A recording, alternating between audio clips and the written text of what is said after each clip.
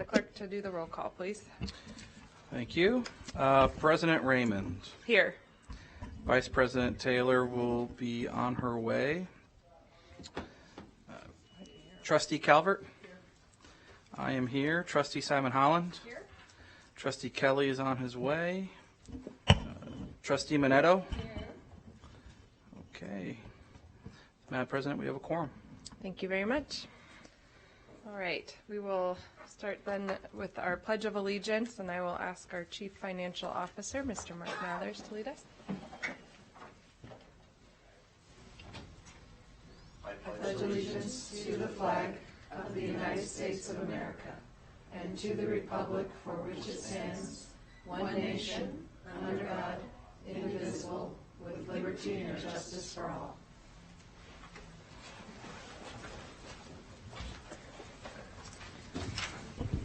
All right, and the next item on the agenda is public comment. JJ, do we have any? Okay. Then I will look for action to adopt the agenda. Do I have a motion? So moved. Second? Great. I have a motion by Trustee Simon Holland, a second by Trustee Minetto. All those in favor? Aye. Any opposed? All right, then we will open with agenda item 2.01, the presentation and discussion on the results of the community survey of the 2020-2021 budget. And this is just information and discussion only? Yes. Great. Thank you, Madam President. Trustees, I'm happy to present the results of our community budget survey on the fiscal year 2020-21 budget. This was the third consecutive year we've done a budget survey. Again, I think a very successful survey, a lot of responses that we'll go into. But just to kind of give you some background, this survey is a little different than the prior two surveys. As you know, we have a balanced budget, and life is good when you have a balanced budget. We were able to avoid some of the kind of questions about direct cuts and reductions, since at this point in the development of the survey, we didn't need to go there. So this survey focuses on asking respondents about the district's financial situation to gauge their level of kind of familiarity with our situation, but also kind of pivoted towards the future. And there's quite a few questions here that were geared towards asking our residents, our families, our students about future priorities and future needs and wants if funding is found, either in the short term or long term. So a little different slant to the survey this year. So moving forward, we had we did our survey response period. This time was only 3 weeks. So in prior years we went with a full month, and due to kind of how the calendar laid out, we could only be open 3 weeks. But we did manage to get 3,282 responses, which is actually more than in 2018 when we had roughly 2,200 responses, but less than 2019 when we had a little less than 5,000 responses. So certainly part of that was the shorter survey period. But overall, again, I think strong responses, especially when you consider there were other surveys going on at that time. One thing I would note, unlike the prior two surveys, we did not require survey respondents to answer each question. So even though we had a total of 3,282 responses, you'll see in some questions people chose not to answer that. So if you have questions about why that is, that's just, we allowed for that this year because of some of the more technical questions we were asking. So questions 1 through 2 asked respondents about their awareness of our fiscal issues. Question 1 asked residents and respondents whether they follow the news about Washoe County's financial situation.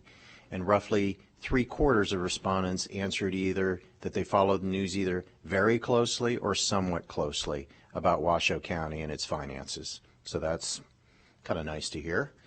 However, in question 2, we then asked whether what did those respondents think about our budget situation, and asked them, do we have a budget surplus, a balanced budget, or a budget deficit in the current fiscal year?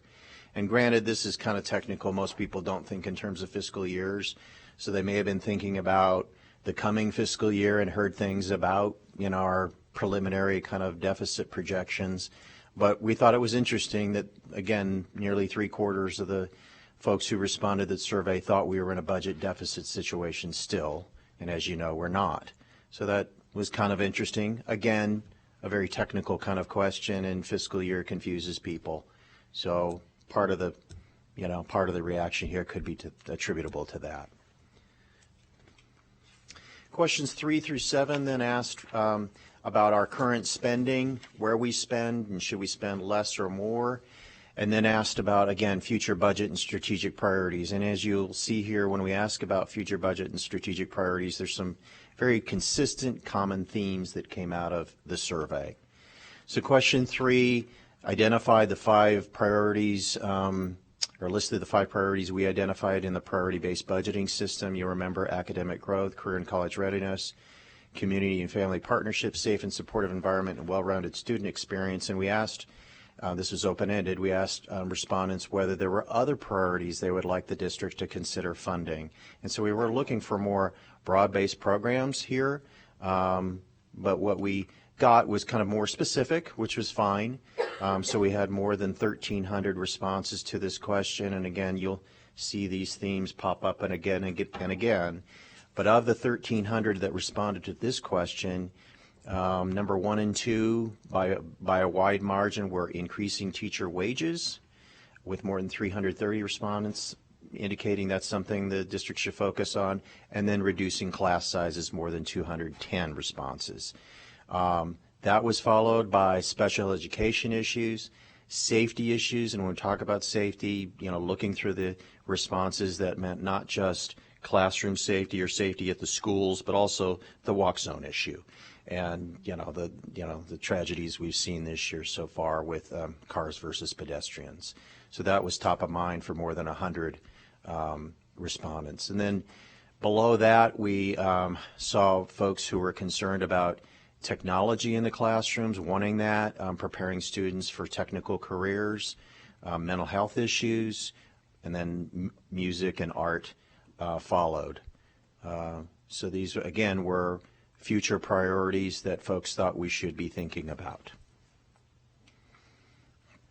And then the next set of questions I'll breeze through even faster if you don't mind, but basically we asked those taking the survey whether they thought for each of the following, for each areas you'll see whether we spent too much, about the right amount, or too little. So granted, this is really technical and this is really hard for someone not familiar with the school district or working at the school district to respond to, and we get that, but it was, we wanted their feedback on this. So the first set of programs we asked about were in the areas of instruction and instruction support. And this is the first question was, what do you think we spend too much on? And I think you heard this in past community forums and budget surveys. The response was student assessments and testing. Of course, we know that much of this is mandated and there really aren't that much cost that we incur for non-mandated testing, but this, again, is consistent with kind of prior feedback in prior years.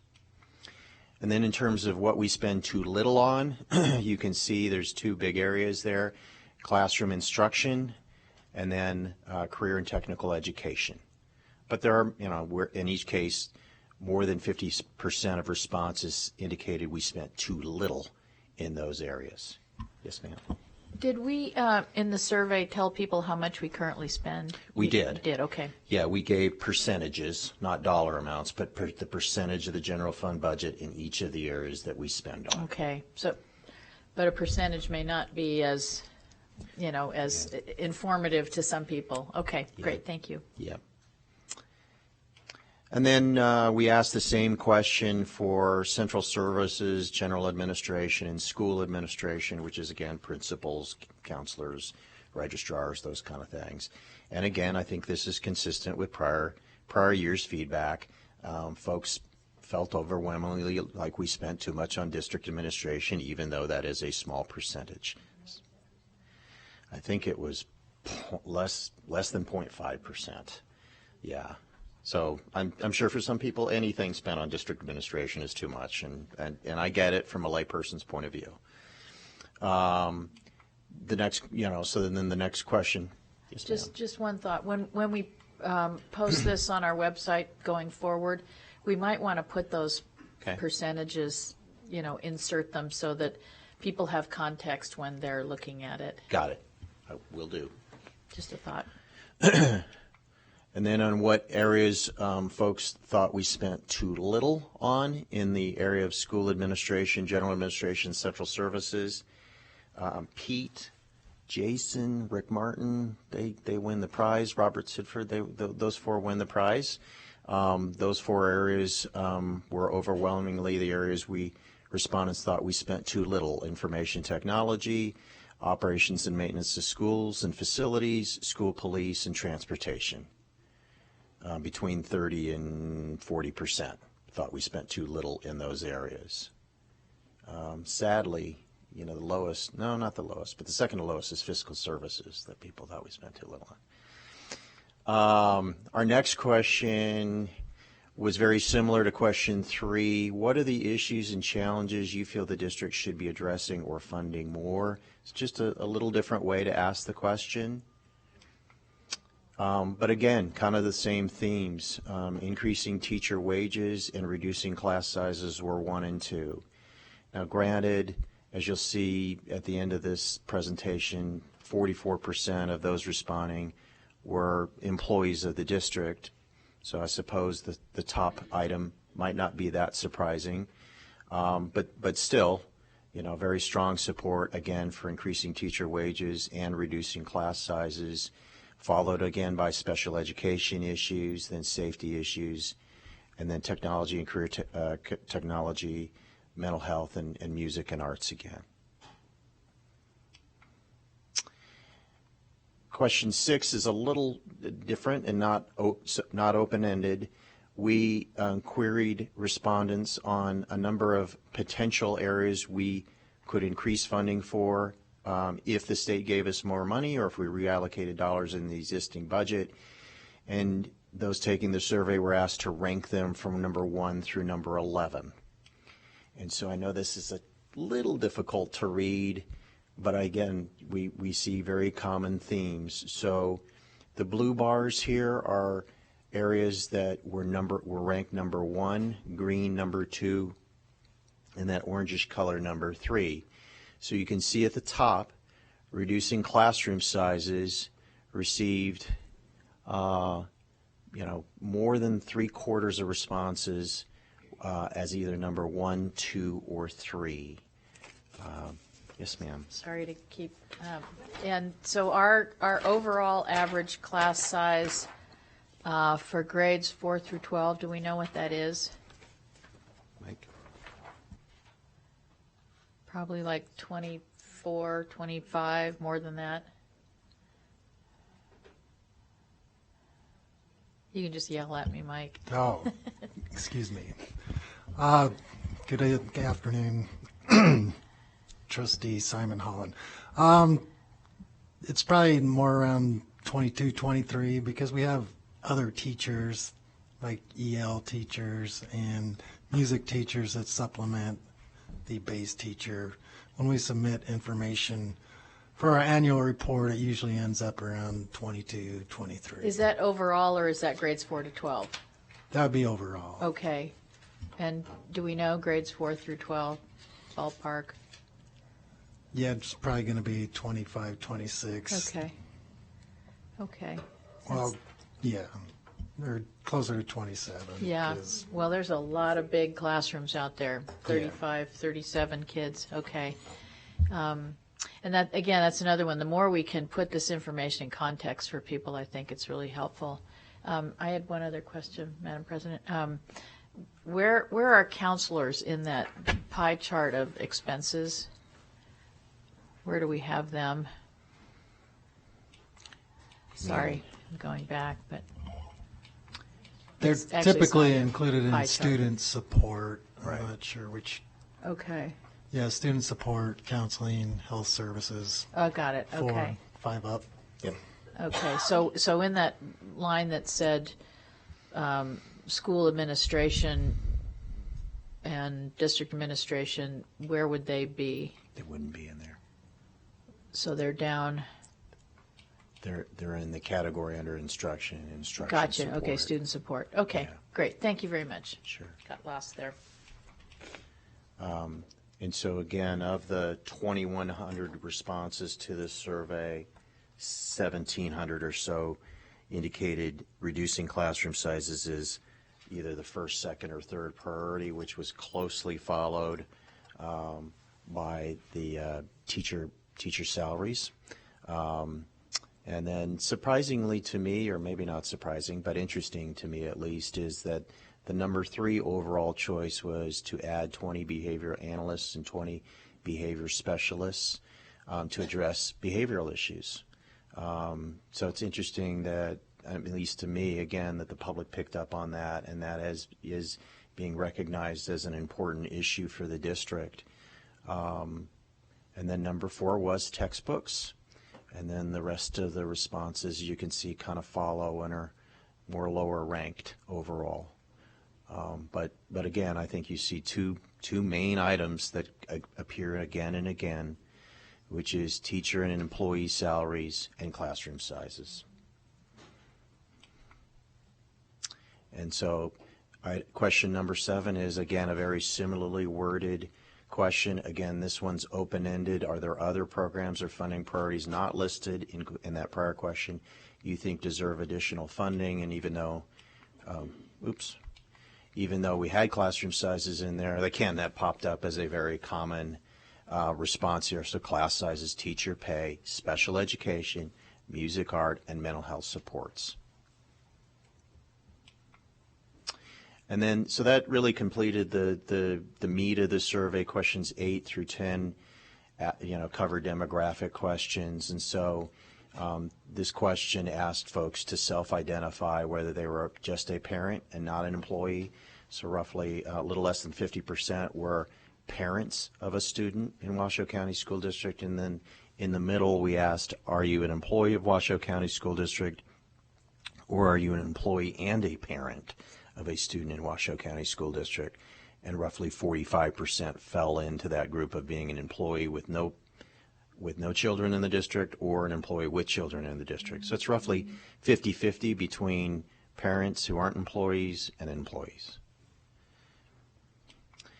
The next couple questions kind of point out, a problem we have in surveying respondents. This asked respondents to, again, self-identify their income levels, their family household income. And you can see it's very much slanted towards higher incomes. And then the next question asked about respondents' ethnicity. And so you can see that's not exactly a good cross-section of our families and our population.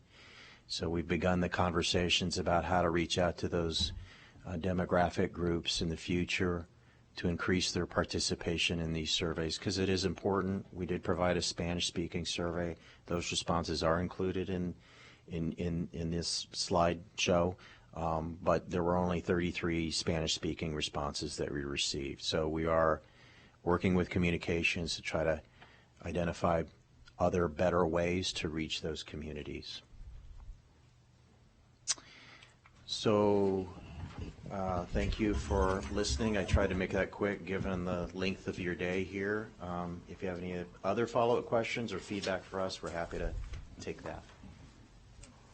Great. Well, thank you very much, Mark and Mike. That was really interesting and nice to have sort of a different slant on our survey instead of not quite as negative. But all right, so Trustee Cottle. Thank you. I'm going to go all the way back to slides 4 and 5. I don't really know what to make of this, to have almost 3/4 say they follow us very closely or somewhat closely, and then 72% believe we're in a deficit. Do you think it's something that we just need to communicate better to our community, or do you think it truly is maybe a budget year confusion, or community saw us look at so many things to cut through the priority-based budgeting that they just never really got to the point of realizing we actually balanced in the end. It is pretty striking to me that it's completely opposite.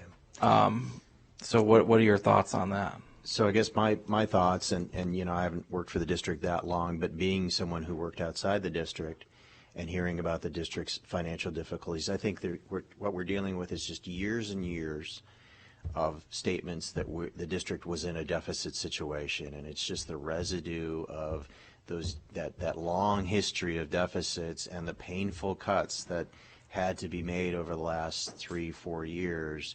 I think that is tough to overcome in people's minds, that we now have a balanced budget. The other factor, I mean, we did try to put out the word that we had a balanced budget, but you'll recall the timing of that and how other news during that time kind of superseded balanced budget news. So we had kind of strategized about different ways to communicate that and celebrate that, and then we're overtaken by other events during the summer. So, you know, from my perspective, we could afford to do a better job talking about how we have a balanced budget, but it's hard because, as you know, we still face funding challenges. And so it's hard to communicate that somewhat of a mixed message. You've done great work to balance the budget. But we still have those challenges. We're not out of the woods. We're not, as you know, rolling in the dough. And so it's hard for people to understand, I think, exactly where we're at. I completely agree with you. I think that if we were celebrating too much, we almost look out of touch because there are still challenges out in our schools. I just found it very interesting to have it such a completely opposite of we follow you closely or somewhat closely and you have a deficit.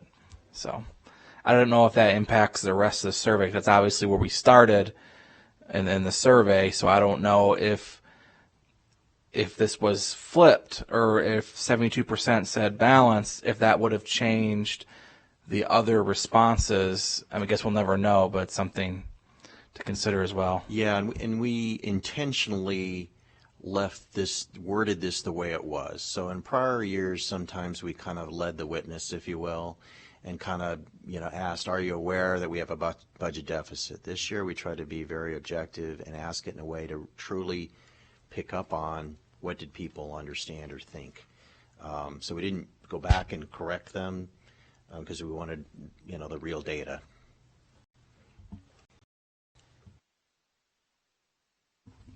Trustee Simon Holland. Thank you, Madam President. I just on that note, we've talked so much about education funding being inadequate, and I think that's been one of our key messages.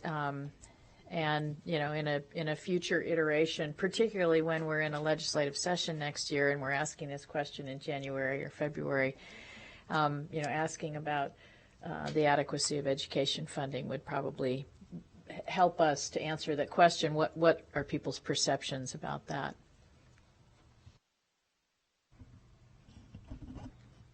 Well, thank you. Well, I think to me, or for me, it is striking the kind of imbalance in the responses relative to the makeup of our community. And I know that's a constant struggle, and it's not without a lot of trying, but just hopefully someday we can get over that hump and get a more representative sample of the entire community with these surveys. In a way, and I would be completely guessing, but I don't know that it would be that different, certainly from my perspective when I'm out in the community and talking to people. Class sizes is often one of the key things that comes up, and I think a lot of that is because it's a decision we made relatively recently and 3 years ago to increase that, and it still is a little bit painful, I think, for people. But I also think it's a hard one because even though the number might be 25, 26, 27, something like that as the ratio, we know there are larger classes, and those are the ones that you hear about because it's hard. So I think that can, even though the percentage overall throughout the district of class sizes that, you know, are at that level of 25, 26, which would feel, I think, for many teachers probably relatively manageable. It's just the anomalies that kind of take over the narrative, I think, and become more of the talking point. So, but I do think it's interesting to see how that rose in all of them, in all the responses. Interim Superintendent McNeil. So just a couple points. When we first saw the survey data, it jumped out at me as far as the percentage of our community that's answering. And so Mark and I and Chief Communications and Engagement Officer, Community Engagement Officer Irene Payne, quickly circled the wagons, and we need to do a better job. And what that looks like is going out into the community, making sure that our constituents have the ability and have the technology and the resources to make sure that they're participating within these surveys. And so she's already put together, we're going to have a kind of a round table to get input as far as how do we do a better job on going out to the community. And then as far as the class sizes, I also would say too that 4 through 6 is an issue, but where we're really starting to feel it is within the middle school and the high schools, and different types of courses, whether it's a core related course such as algebra or an elective type of course. That's where our class sizes are extremely high. So, but good job. Yes. Well, thank you both very much. A great turnout overall for the survey, and it's always enlightening to kind of see where the thoughts of the community are. We have work to do, obviously. So, Madam President? oh yeah, sorry, go ahead.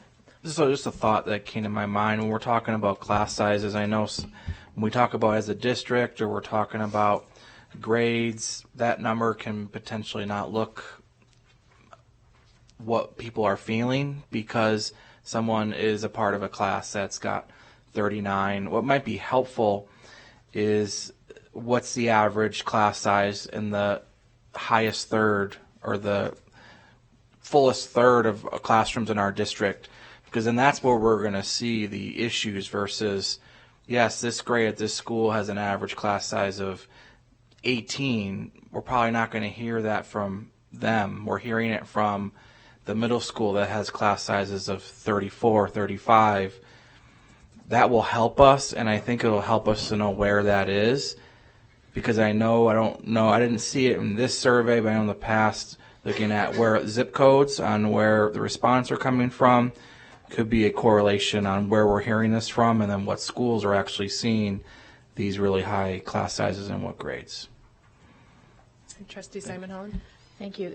We also might use median instead of average, or mode instead of average, and because we don't want to skew it and say, well, here's what the average is for all the big classes. We want to make sure that it's a mathematically accurate number. So yeah, just a thought of using a different way to get at that, and then maybe again, I don't want to add a lot more work, but when we focus on the direct, Nevada academic content standards classes, that's probably a much higher average. When we take out a lot of elective things, it's probably a much higher average. But again, don't want to add work, but want to make sure we can communicate an accurate context for folks. Madam President. Yes. Trustee Minette. I don't know if I understood you right. So when we're talking about the number of kids in a classroom, are we including the music teachers and the SPED teachers as part of those teaching? Okay, because that is an entirely different thing in my mind. That's just a world of difference. Interesting. All right. Oh, Trustee Kelly. Thank you, Madam President. Mark, I'm just curious, as you come to the board with budget recommendations around classroom sizes, are you going to be able to show us if we were to increase or to decrease classroom sizes by half a student or one student or 1.5? Like, would you be able to show us what the dollar amounts would be to do something like that? Trustee Kelly, yes, sir, we can. We can model what that might do. It takes some work, but we can do that. We could do that for the tentative budget discussion in late March if that is something you'd like to see. Absolutely.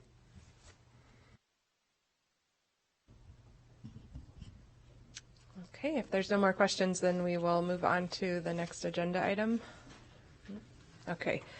2.02, presentation by staff and discussion by the board regarding the district's fiscal year 2020-2021 general fund budget process and status, revenue and expenditure estimates, budget uncertainties, recommend next steps for the budget, and consideration of possible direction to the interim superintendent and staff. This is for discussion and possible action, and we are continue to be presented by our Chief Financial Officer, Mark Mathers, and Mike Schroeder, the Budget Director. Thank you. Tongue-tied today. Thank you, Madam President, trustees. So the intent of this presentation is to give you a budget update. It is not to present the full budget to you. Last time we spoke was in November. As Mike will go into, at that point we were looking at potentially $4 to $5 million deficit. I'll go ahead and steal his thunder. We are looking at a much lower deficit at this point, and that is before we fine-tune some revenue estimates. So we will get better revenue numbers from the state in late March, and we'll bring that tentative budget with those more refined revenue estimates on our March 31 budget work session. But we wanted to, again, bring you up to date on kind of where we stand, and we're in a much better place through some of the efforts of Mike and his team, and some revisions to our revenue estimates. So we're going to essentially bring you up to date on where we're at, show you our recommendations for the tentative budget, and receive whatever direction you'd like to give us to prepare the tentative budget, again, that you will see on March 31st. Our agenda here this afternoon will be to talk about the budget process and status. We'll go over revenue expense estimates, and that will include deletions and additions to the tentative budget that we are recommending at this point. And Mike will go through that, and then I'll talk about some remaining budget uncertainties, and they are significant. So I want to warn you all that although things look better, there are some issues on the horizon that give us pause. And then we'll close it out by talking about recommendations and next steps, again, for preparation of the tentative budget. So in terms of our budget process, I thought I'd start with a very basic question, but it's a question we get a lot. We get it from management here, from all corners. And it's actually a really good question, and maybe it's a question some of you have. But the question is, why, if we balance the budget in fiscal year 20, are we looking at another deficit? What happened? It doesn't seem right, that we would be back in a deficit situation. So this chart attempts to kind of explain that. As Mike's going to go into, one of the primary reasons we are looking again at a funding challenge, I'll call it, is that our per pupil number that we get from the state, which again is 80% of our general fund revenues, is in law set to increase from $6,034 per student to $6,084 per student. That $50 increase represents a 0.8% increase in funding. And again, that's 80% of our general fund budget. So we are seeing good growth on the left from property taxes, actually, and that's saving our bacon, and also our government services tax, GST, which is, again, our motor vehicle fees. But the long and the short of it is we have a funding problem. When 80% of your revenues are going up less than 1%, it's hard to make a budget work. And so we kind of tabulated what at this point we expect those revenues to bring in, which is, as you can see, far below 10 million, 6 million or so. And then we compare that to our salary increases that we have. So we're getting 0.8% in funding, but we know our employees get 2% merit increases every year. So that mismatch in and of itself would explain why we're back in a deficit situation. We also have health insurance increases every year, and that bounces around between maybe 5 and 10%. We're assuming 5% for this budget. And then we have, as you know, we're opening up 2 schools next fiscal year, Marcy Hurst and John Bohatch. And so we have the operating costs of those schools that We don't receive extra funding when we open new schools. And so that's a little over $2 million in operating costs in fiscal year 21. So you compare that, and some of these numbers have kind of changed, but you can see the mismatch between our revenues and our expenses. Now, the third column shows some of the adjustments we've made for the purpose of moving forward to our tentative budget. And so we have seen a lot of turnover in veteran teachers, and so we're seeing those kind of turnover savings, if you will, where we've got a more higher salaried veteran teacher who leaves the district and they're replaced by a younger teacher who makes less. And that is a significant financial benefit or impact to the budget that helps us get close to a balanced budget. I can't say it's a good development overall, but at least financially we get somewhat of a windfall from that happening. So again, it's just, people age and retire. This is happening in our district. So that funding gap is less than what it was when we started the budget discussions, but I hope that's a simple enough explanation that makes sense to everyone as to why we confront the situation we're in. To add to that a little bit, Washoe County School District now receives the lowest per pupil funding of any district in the state. And that's due to various vagaries of the calculation in the Nevada plan.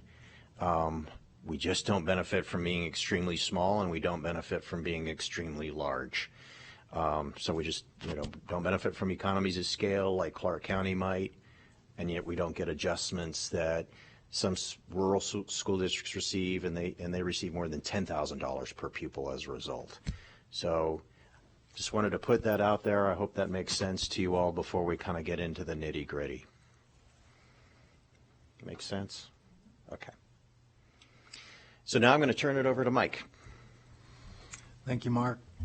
Good afternoon, President Raymond, Interim Superintendent McNeil, and fellow board members. As Mark alluded, we are trying to catch you up from where we left off previously. If you recall, back in September, we talked about a budget process for the upcoming year. We noted that very preliminary, very early estimates, we are looking at a $4 million deficit.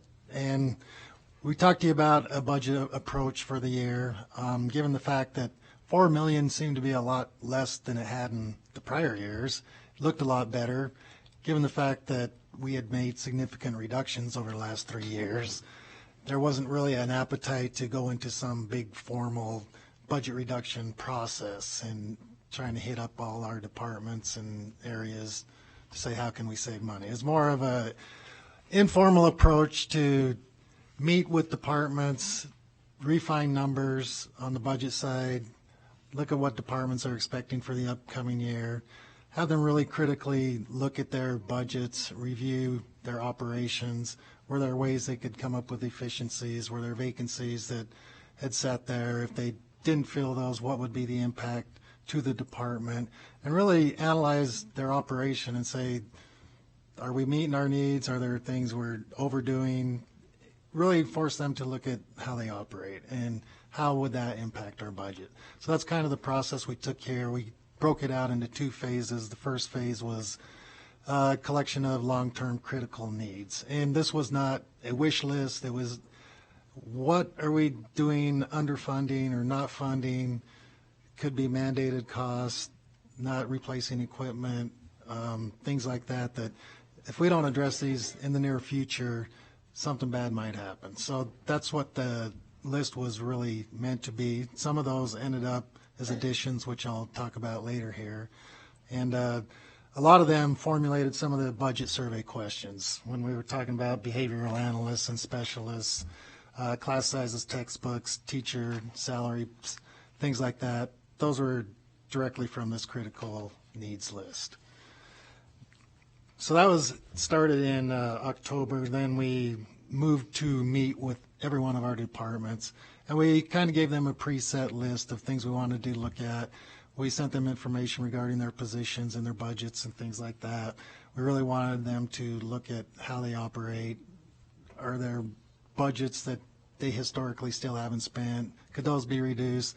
Look at their priority-based budgeting information from the prior year. Is there anything there that we could add on to this year? Things like that. So That took about a month and a half or so. It was a lot of work, a lot of information. I really want to thank all the departments for meeting with us. We had some really good discussions, and I think everybody felt really good about the process. And as you'll see, a lot came out of it too when we get into the details. So as we mentioned back in September, November, we were looking at a $4 million estimate. And remember, the further we are out from the actual year occurring, which we're a long ways out at this point in time, it's really tough to estimate. And as time goes on, you get more information, more data. It helps solidify your numbers. You can see trends developing. At this point in time, a major thing we didn't know about was our salary and benefit projections. Okay, we're barely starting the fiscal year, and we're trying to jump into the next fiscal year and estimate it. What happens is we get a lot of turnover in employees. That really doesn't show up until October in the current fiscal year, where you can start comparing it to the prior year. So those were things we knew about at that point in time, but this was our best estimate back then. So what I want to do is kind of do a comparison of where we were back then versus where we are now after going through the budget process that we've been working on over the last several months. I'll start with revenues.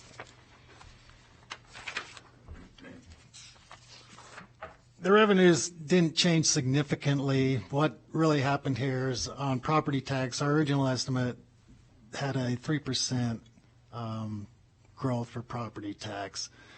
We're into the new year. Things are looking much better. So we're feeling pretty good about 5% at this point in time. So that was a major change from the earlier. But also what we're now seeing too, based on current year enrollment and some other enrollment trends that Mark's going to talk about here later, is that charter school enrollment has grown quite significantly. And you're probably familiar that every time a charter school enrollment increases, they get a portion of our local revenues. Our 1/3 ad valorem tax and our government services tax are the biggest ones. That's the equivalent of about $1,500 per student.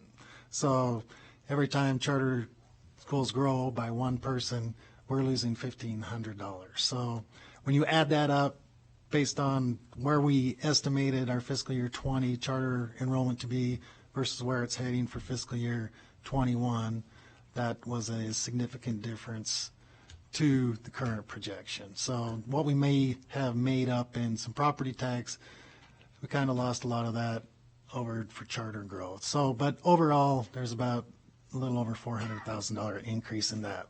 As Mark alluded to earlier, we're still waiting for revenue projections. The State Department of Education does what they call a pro forma, and it really takes into consideration all the parcels in the county and considering abatements and new growth, construction in progress, things like that. We get a much better number of what our ad valorem tax will be, but that's not going to come to us until later in March.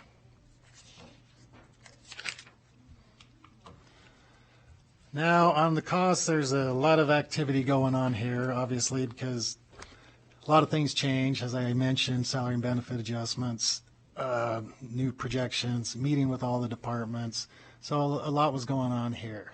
The major changes I'll talk about are health insurance first. Mark talked about that earlier. In the original budget, we have a health insurance increase rate effective January 1st, 2020.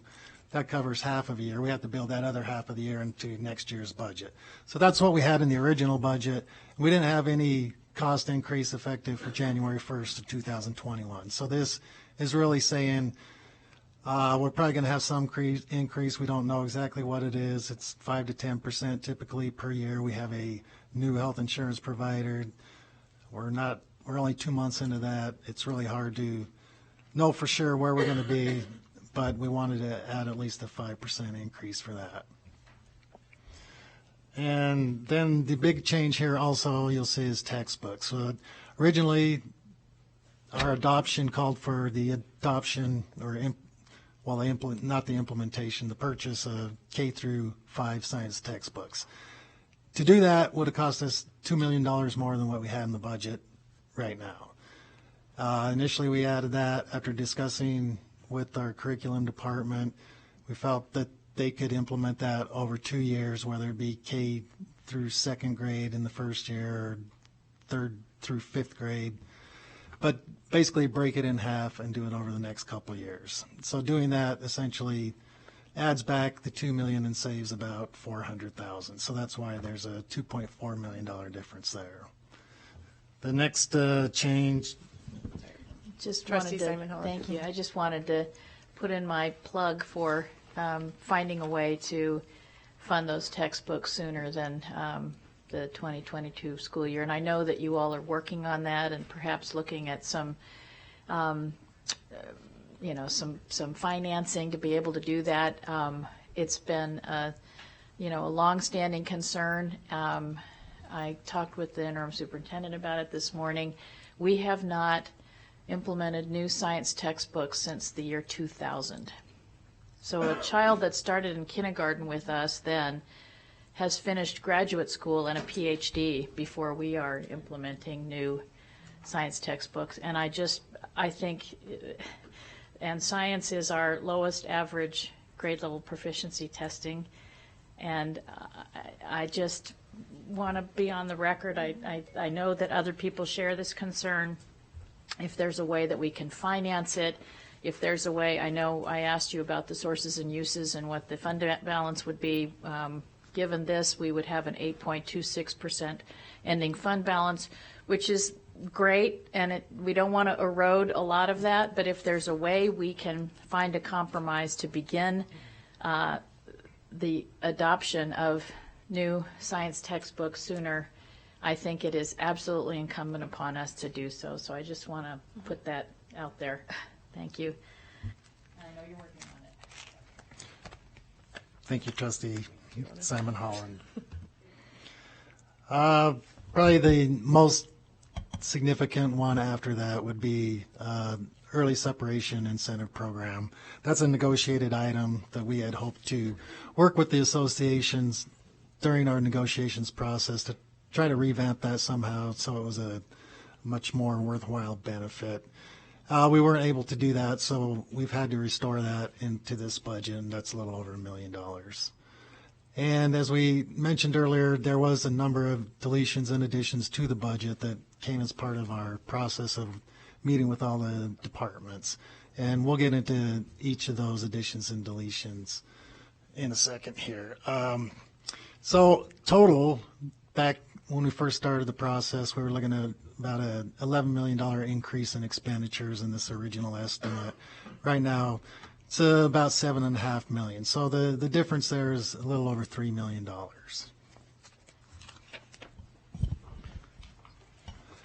So just real quick on going back to the textbooks, we are continually to have this discussion. It is important, especially when we look at our proficiency rates for our grade levels. I mean, grade 5 is at 28% proficiency rates, grade 8 is at 43% proficiency rates. And to put this into context, as far as when we roll out an implementation, we have to adopt the textbook first. So there's no way at this point in time I can get a new science textbook into the hands of a child in the 2021 school year. But we absolutely would be able to start the adoption process, and that has a whole different types of process with it, with the Nevada Department of Education and how they're shifting their process as far as notifying us which textbooks are adopted. But we are working very closely with our chief academic officer and the finance team in order to see how possibly we can shift this. There was some conversations even around putting grades 3-5 first on the adoption process, and then moving to K2 so that we can get those into the higher grades as well. Thank you, and I know you're working on it. I just 20 years is an awfully long time for us not to update our science textbooks. As I joked with you it's not STEM that we're teaching, it's TEM if we're not updating those science textbooks. But I would ask, what would the change potentially be? How would it impact our ending fund balance if we were to figure out a solution to get that adoption started for K through 5? So if we were to restore the cost of the grades 3 through 5 science instruction materials, that would decrease our expected ending fund balance from roughly 41 million, which is 8.2% fund balance, to roughly 38 million, which would equate to a 7.63% fund balance. So we'd be below the board's target fund balance policy of 8 to 10. But as you've noted, and as the interim superintendent has noted, we are looking at possibly 2-year medium-term notes or some other approach to accelerate the purchase of those textbooks, and I think we can probably do that without impacting the fund balance figures I just read you. Okay, I appreciate that, and I know I'm only one person, but I think there are others that share the urgency of this issue, and I just want to appreciate staff's attention to it. And I'll just add a little kudo to Lindsay Anderson. The reason why we can consider debt, I mean, it was always allowed, but we had that minimum expenditure requirement for how much we spent on textbooks. So if we did something like what I'm talking about, which is load up 2 years worth of textbook purchases in 1 year, well, we'd meet the minimum expenditure requirement in year 1, but not in year 2, and then we'd be dinged in year 2. Well, thanks to Lindsay's efforts, we do not have a minimum expenditure requirement any longer. So we can do creative things like this. So I just wanted to throw that out, that's a new wrinkle to what we can do with textbooks that we didn't have before.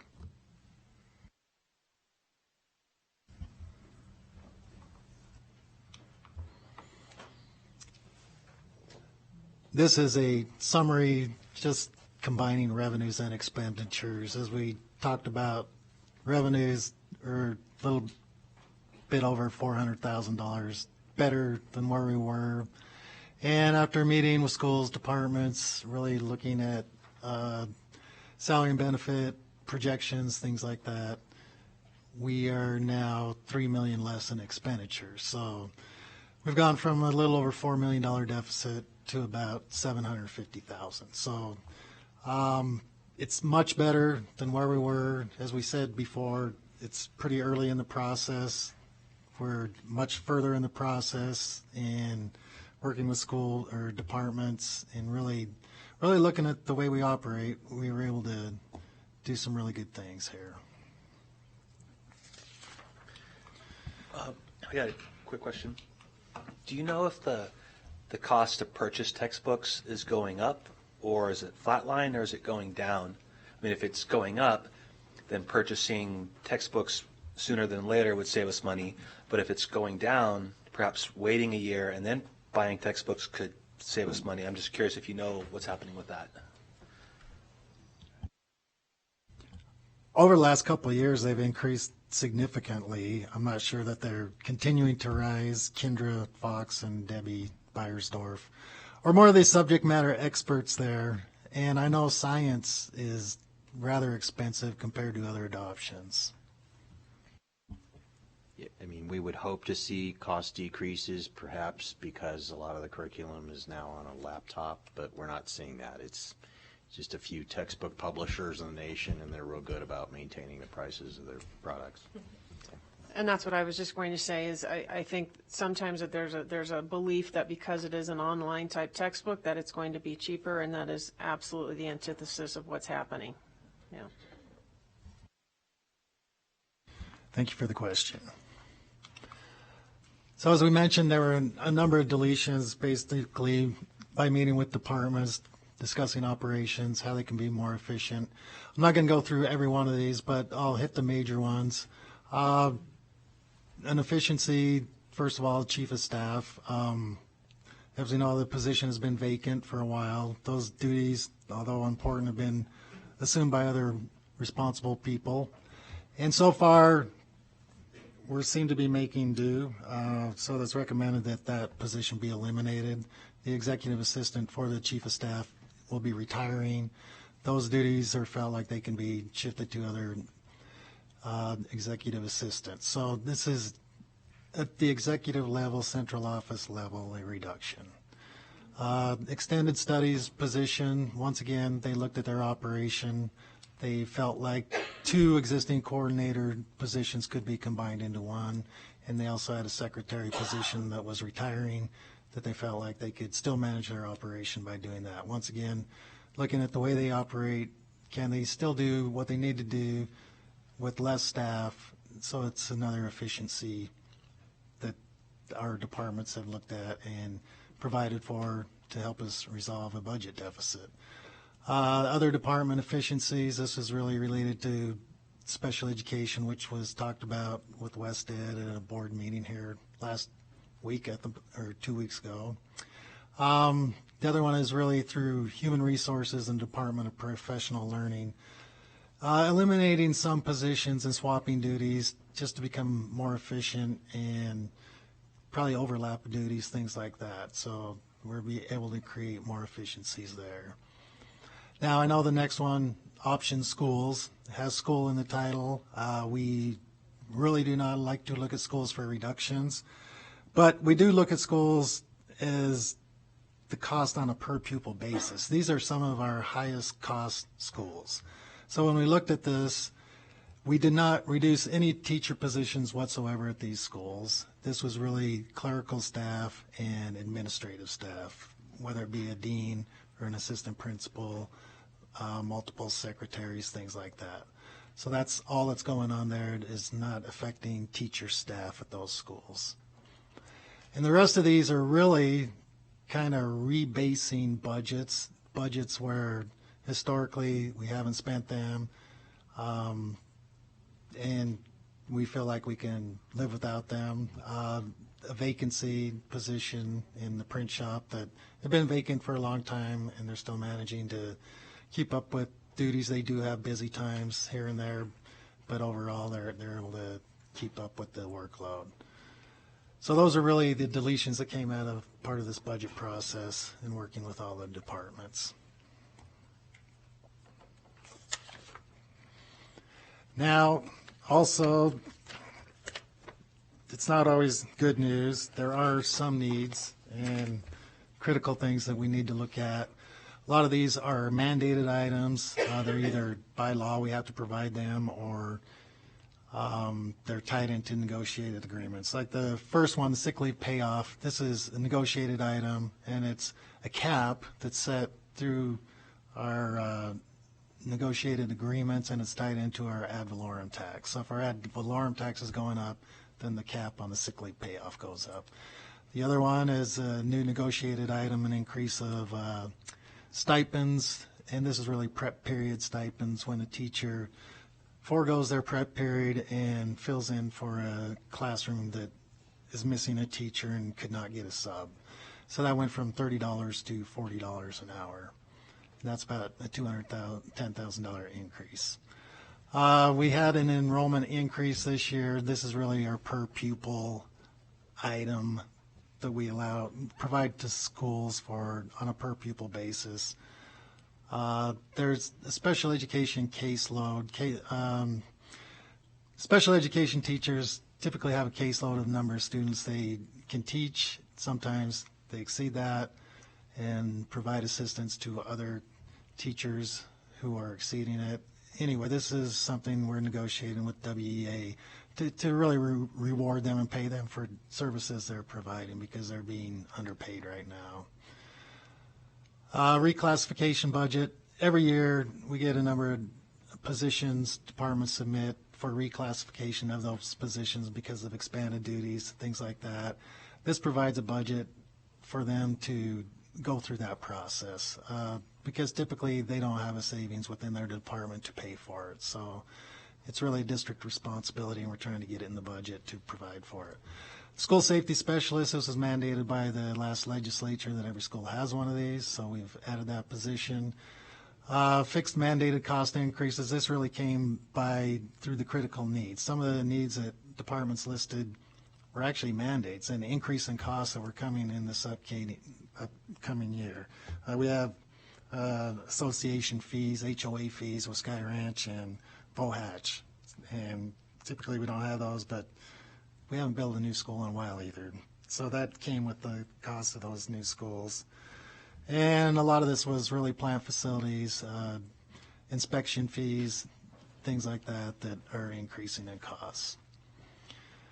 I think we sent you some information on the investigator for general counsel. This is a position that's really tied in, once again, to a new law, and we have to investigate bullying complaints and be current on them. And there's a really big uptick in those and a huge increase in the workload, and that justifies the position being added.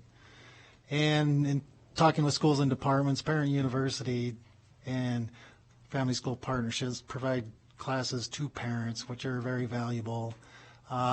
They've had a lot of requests, and they can't meet all those requests. This should allow them to meet all the requests that all the schools are asking of them. And last, we've talked a lot about charter schools and how they impact our revenue stream and for our district, and we feel like we need to do a better job of promoting what's good about Washoe County School District. So this isn't a significant amount, but if we get 10 more students come to Washoe County School District, it pretty much pays for itself. So that's what this is intended for, that public education promotional budget. So is there any questions about any of these?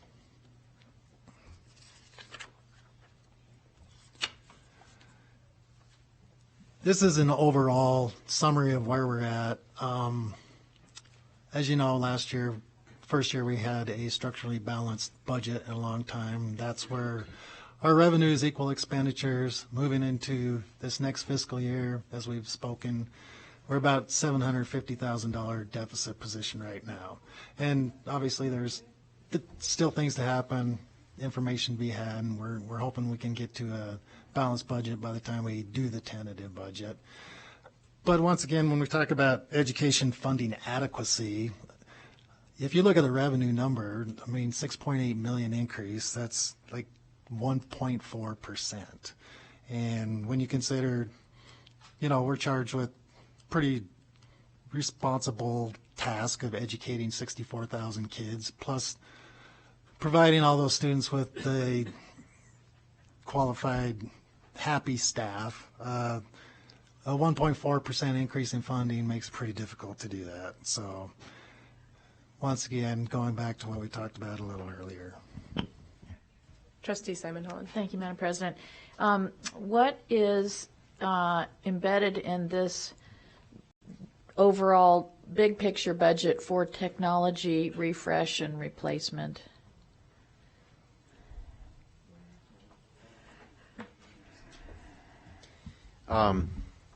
So within the general fund, virtually nothing. Schools are largely on their own to raise funds or use their operating budget to replace computers. However, in the capital improvement program this last year, we did increase funding of IT infrastructure from $1 million a year to more than $4 million a year. So that's a pretty significant ramp up. It still puts us on a fairly longish kind of replacement cycle for at least IT infrastructure, but a much more reasonable replacement cycle. But for the personal equipment that teachers use, that students use, we have a IT strategic plan task force that is looking at recommendations that'll come to the growth and technology group to look at it, and the hope is there that we do talk about that and identify sources, and we're probably going to have to cobble together a variety of sources to address that. I think to your point, it's a critical need, and we can't keep not funding it or relying upon fundraising to make it happen. And so that is something we're looking at. I'm not sure we're going to have recommendations in time for the final budget in May, but we understand it's an absolute critical need that'll require some really creative financing approaches. Just as one trustee, I know we fought hard to get an 8.25% ending fund balance. The 8 to 10% is a guideline. It's a desirable thing. I just, I want to make sure that we're appropriately balancing our financial goals and our student outcome goals. So just as one person, if we have to bite the bullet and have a 7.5% ending fund balance instead of an 8.5% ending fund balance, and be able to address some of the classroom needs for technology and other things, I'm certainly going to look favorably on that as one trustee. I know, I'm a bean counter from way back, and I know how important that fund balance is, but we're pushing and pulling on some pretty limited levers here, and that's such an important one. And it's one I know that the interim superintendent heard a lot about in her conversations with staff this summer and fall, that we can't get the devices fixed that we have. We have too many of them inoperable. I know IT has worked on that and has hired some additional folks. When we purchase them, it takes months to get them into the classroom. And so we need to, hopefully we can find some ways to increase that investment. And if there's a way that task force can get recommendations to us before the final adoption of our budget, it would really be great if they could. Trustee Kelly. Thank you, Madam President. I agree with everything my colleague said. Anyone else? Do you want to continue and then we can have more? So I would be remiss if I didn't mention a couple significant uncertainties we face headed into fiscal year 21. We may get clarity on these issues before the final budget is wrapped up, and we may not. The first set of uncertainties that we're grappling with relates to enrollment and enrollment projections. And so, we do expect, at least at the current time, some increased enrollment from new development. It's happening. As our school demographer has noted, we're seeing less children produced per new home than what we had before because of the rising cost of housing. We're just not seeing the starter families come into Washoe County like we did 20 years ago. But we are projecting enrollment growth from new development, but that's an unknown that we'll have to kind of reconcile in October, is really when we'll know how many additional students we received. As you may have heard, a virtual charter school was ordered to be closed by the State Public Charter Authority. They have challenged that, so we don't know kind of where that will ultimately end up. But those are students that will no longer be able to attend Nevada Connections Academy if that charter authority's order stands, and that's an opportunity, right, for additional students to come back to Washoe County. There are approximately 400 Washoe County residents or students that attend Nevada Connections Academy, so there's an opportunity for us. So those are kind of two positive developments we'll be tracking. A negative potential development, at least for our financial bottom line, will be the opening of a new charter school in the Spanish Springs area, which we've kind of noted kind of the planned enrollment for that school, and we also have heard about expansions at two other charter schools. So our working thesis right now for the budget is that enrollment from new development and or from Nevada Connections Academy offsets any enrollment losses that we might see from the opening of those charter schools. It's a working thesis. We've kind of been down this road before with Doral Academy opening, and we did okay when Doral Academy opened, and they had enrollment close to what you see there for Pinecrest. So that is our assumption for the current budget. Again, we probably won't know where we all end up until the fall, and we'll come back to you in the fall and give you an assessment of where we're at and make budget adjustments either in the fall or in our December augmented budget process. So that is one significant uncertainty for the budget that will probably remain somewhat uncertain, through the budget preparation process. And then a second unknown for us, as you know, in-kind village property owners have had challenged their assessments in court, and that was heard by the district court over the summer, and they made an order in October in favor of those plaintiffs and ordering a reassessment of properties up in Incline Village. We do not have a firm estimate from the county at this time. We have indicated to the county we need that for the tentative budget, so I hope to have a better number for the tentative budget in March that we bring to you. It is in the multi-millions for Washoe County School District. However, the refund process can take 1, 2, or even longer a period of time, so the impact would be phased over multiple fiscal years. Part of that impact would be absorbed by the state since they take 1/3 of property tax collections, and then part of that impact would be would impact our capital fund. So part of our property taxes go to our debt service fund. So we hope to bring you better information at the end of March on that. We've spoken to the new county manager, and he's assured us we would get that.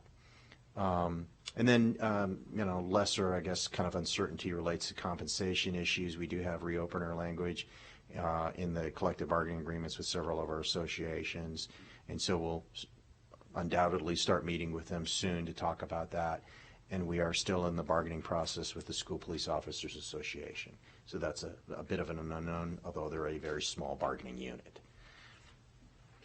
Mark, could you go back to the enrollment slide just real quick? So we had a discussion at the Lead, Teach, Learn on Friday as far as the importance of all of us being ambassadors within our school district, and this goes right to the point of the State of Education address and really getting out the word that Washoe County School District is where it's at. And, we're going to talk a little bit later around Public Schools Week, but the importance of our staff, when we're out in the public, that we need to start celebrating and getting the word out about what's happening within the Washoe County School District. And that goes right to the enrollment impact and our bottom line.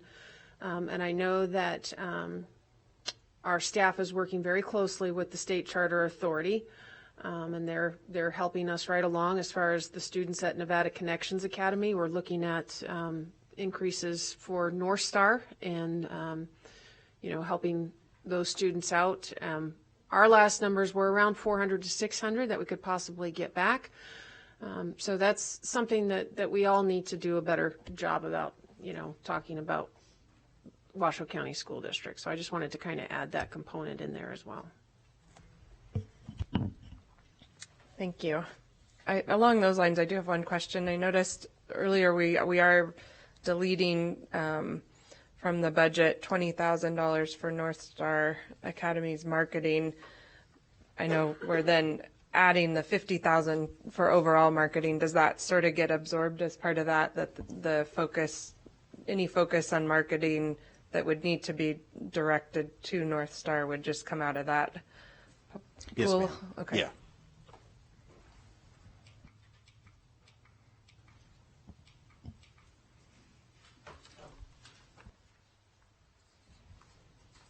Mike's going to wrap it up here. All right.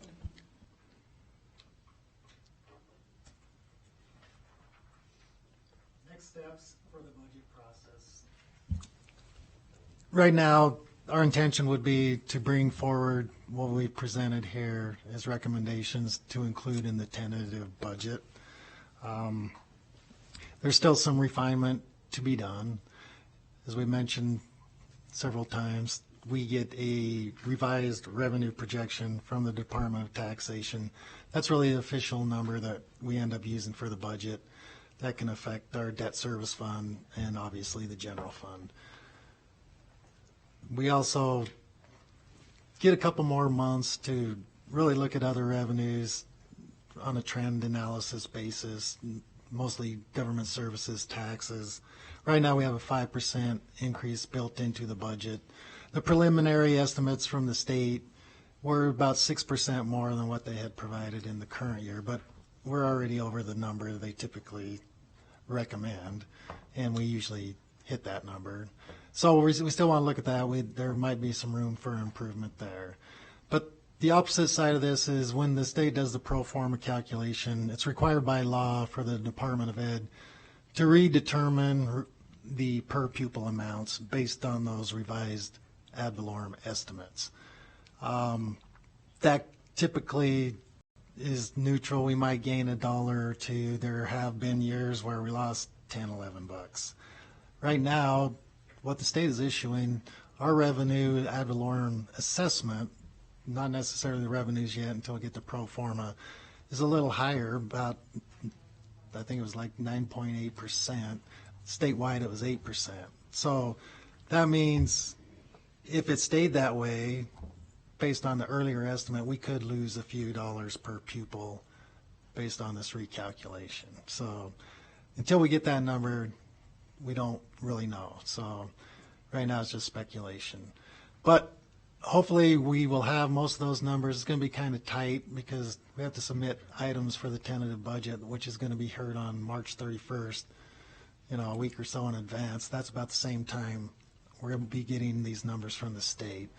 So we might have to be updating you with those numbers at that board meeting. Anyway, we'll be doing that on March 31st. And we're hoping, typically, because it's the second year of the biennium, our funding's kind of set. We pretty much know where we're at. The tentative budget pretty much becomes the final budget. We're not in a legislative session where there's all these uncertainties and we don't know what's going to happen. So hopefully it'll be pretty much the final budget at that point. But once we have to approve a tentative budget by April 15th, and we're intended to do that on March 31st, and that'll allow us any adjustments for whatever changes we recommend or you recommend to us. After that, we have a hearing on the tentative budget. It has to be, right now we're scheduling that for May 26th, and that would probably be the final deal on the budget because we have to file a final budget by June 8th, and we don't have any board meetings prior to that, and this is kind of the only meeting we have prior to June 8th. So we hope to finalize the budget on May 26th. And when we come forward, this will be the entire budget. It won't just be the general fund. It will be all our funds, special education, class size reduction, all our special revenue funds, our debt service fund, capital projects funds, internal service funds, and the OPEB trust.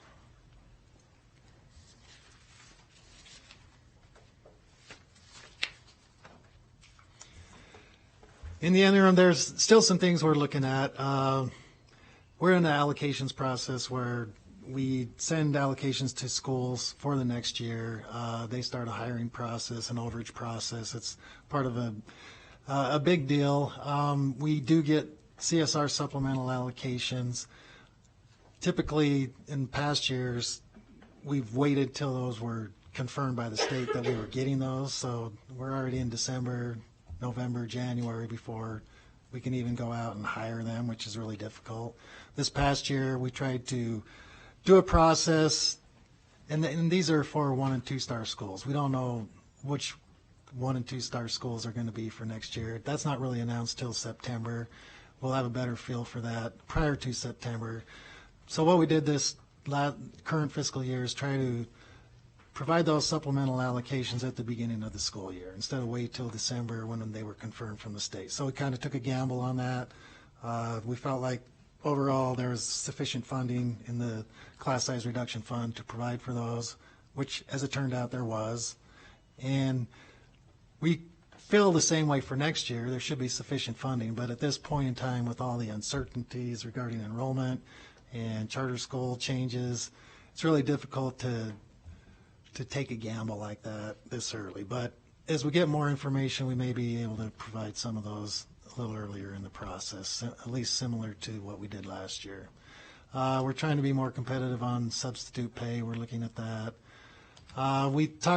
We're talking to schools about staffing guidelines. We have staffing guidelines they prescribe, and it's not always what the school needs. And we're talking about if we can take those staffing guidelines and make them more flexible to meet the needs of each individual school. So we're still looking at that right now. As we talked about textbooks, possibly funding them entirely, doing some medium-term type financing. working on that to try to implement that whole K through 5 thing a little earlier than what is being proposed. We're examining facility use fees, and we have a number of school police officers through the school safety grant. It's difficult to recruit existing officers that are already trained, so we're looking at possibly finding a way to pay for that training and recruitment. And our new employee suggestion ideas, I think there's a number of items that have come in from that. We'll be looking at those and seeing if there's any efficiencies or savings that we can implement based on those ideas. And that's about it for now. Unless there's any other questions, we'd be happy to take any direction you might have moving forward to our tentative budget. Great. Trustee Kelly. Thank you, Madam President. I have a question about the refund process for the Incline Village property tax lawsuit. So if it's conceivable that that process of refunding can take 1 to 2 years, do you know if as an entity that would be impacted pretty badly by that, as the court, will the court give us any opportunity to talk about how the process could go that would mitigate, I don't know, damage to us? Or like, is there any flexibility on how it's distributed? Or is the court just going to distribute it when it wants to, and the counties and the cities just, you have no say in that?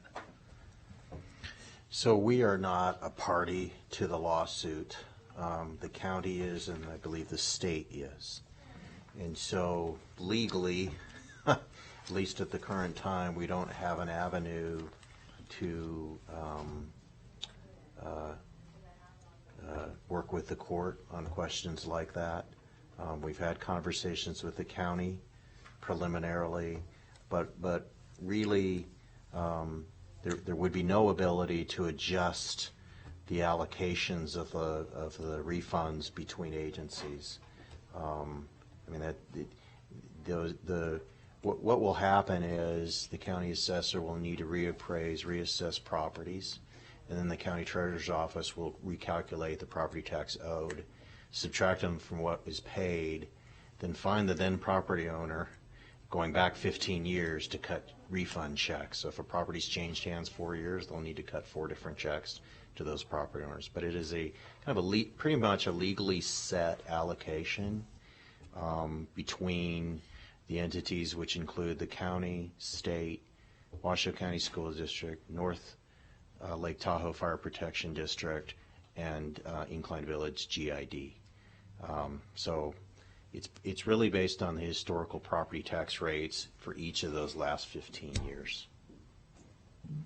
And then my other question, Madam President, on the facility use fees, is that fees to use our schools year-round, or is it just during the school year?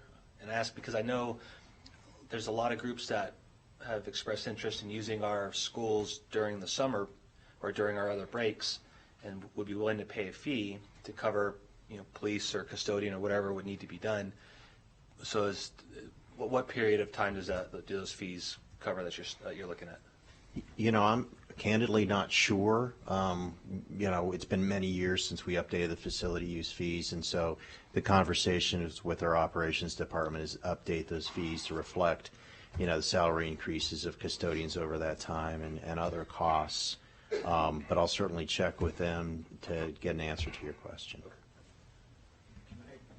Can I weigh in? Yep. So on the Incline Village, I just think it's important to know that the finance director and our department, we're working on trying to figure out how to make this work with the county. So it's not going ignored.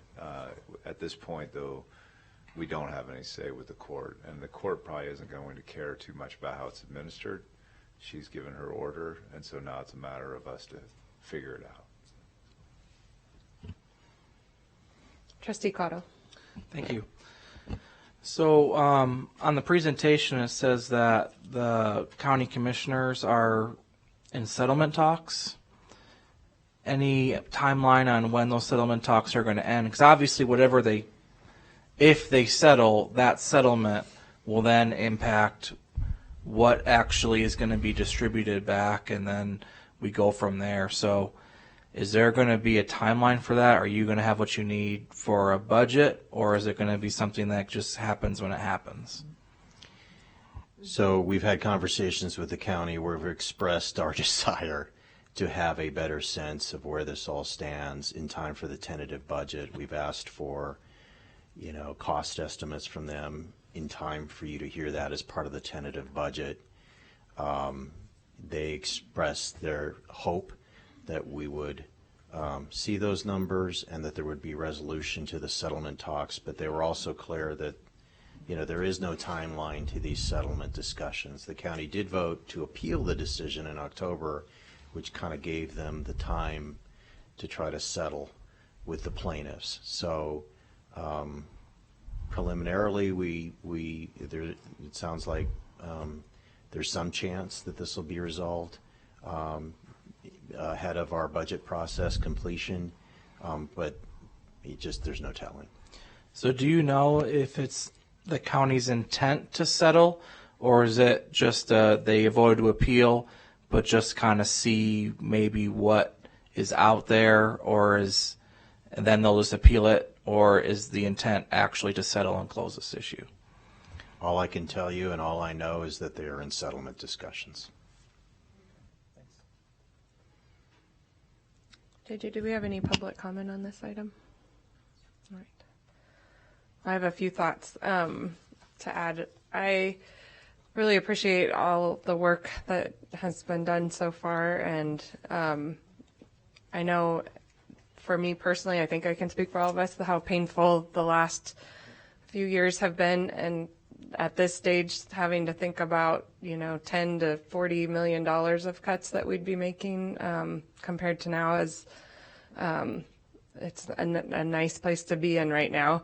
But I think what's almost made it a different type of challenge for me is thinking kind of about those cuts we've made in the past and how we're seeing those repercussions now kind of come out, the delays that they've caused and other things, and balancing that with the feedback that we've received from the survey, with clearly a desire to see some changes in classroom sizes and teacher pay. And so now we're in this position where we're not talking about big cuts, and so we can make small changes maybe that won't have a real negative impact on our fund balance. But, for me, it's thinking strategically about where are those areas that I think we should focus on, that we each individually want, to come together as a board to focus around, I think.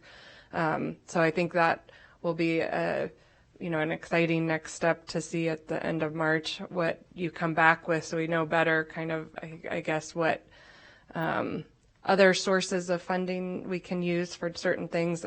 I would agree that completely with Trustee Simon Holland about the science textbooks, and also feel comfortable with a 7 point whatever, ending fund balance, but just want to make sure we're making that decision again, kind of understanding all of the big picture of it, knowing that we again have received pretty clear feedback from the community on certain issues, but also that another one that comes to mind for me that I think we talked about back in November when we looked at some of our goals and objectives. We cut some funding, I believe, to supports to math a few years ago, and we are kind of seeing maybe some of that impact our student outcomes. And so, where can we make these smart decisions to really put the focus back into what our priorities are as a district, and our goals.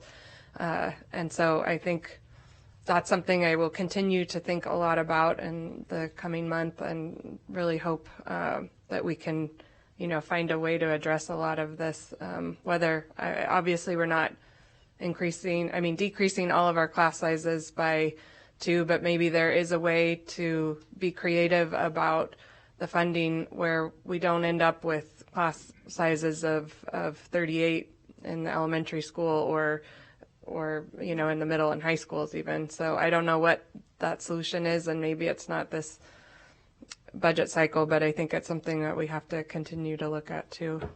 And then I would just add, my understanding is these are the unknowns for next fiscal year, and then there's just a whole bunch of other unknowns for the fiscal year 22 with a whole new funding mechanism. So. Yeah, absolutely. You are correct. Fiscal year 22 will be a whole other animal. And as you know, as you're alluding to, there is a new funding formula that will replace the old Nevada plan, the pupil-centered funding plan. I sit on the Commission on School Funding. We are still going through the changes involved in the implementation of that new funding plan, and there are many unknowns still. So you're absolutely correct. Fiscal year 22 will be a wild one, in that there are many, many unknowns. Well, thank you. We'll end on a real positive note there. No, this is we're in a good place right now. They could be so, positives, yeah. in fiscal year 22. That's true.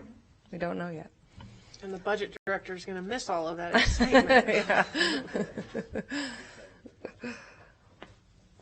Well, thank you both, and I think we're done with this item, and I would like to just request that we take a quick, I can't really see the clock. I think we could do with a 10-minute recess. I know we have a lot to get in our next agenda items, but I personally need a really quick break. So we will start promptly at 1:45 with our next agenda item. Thank you so much.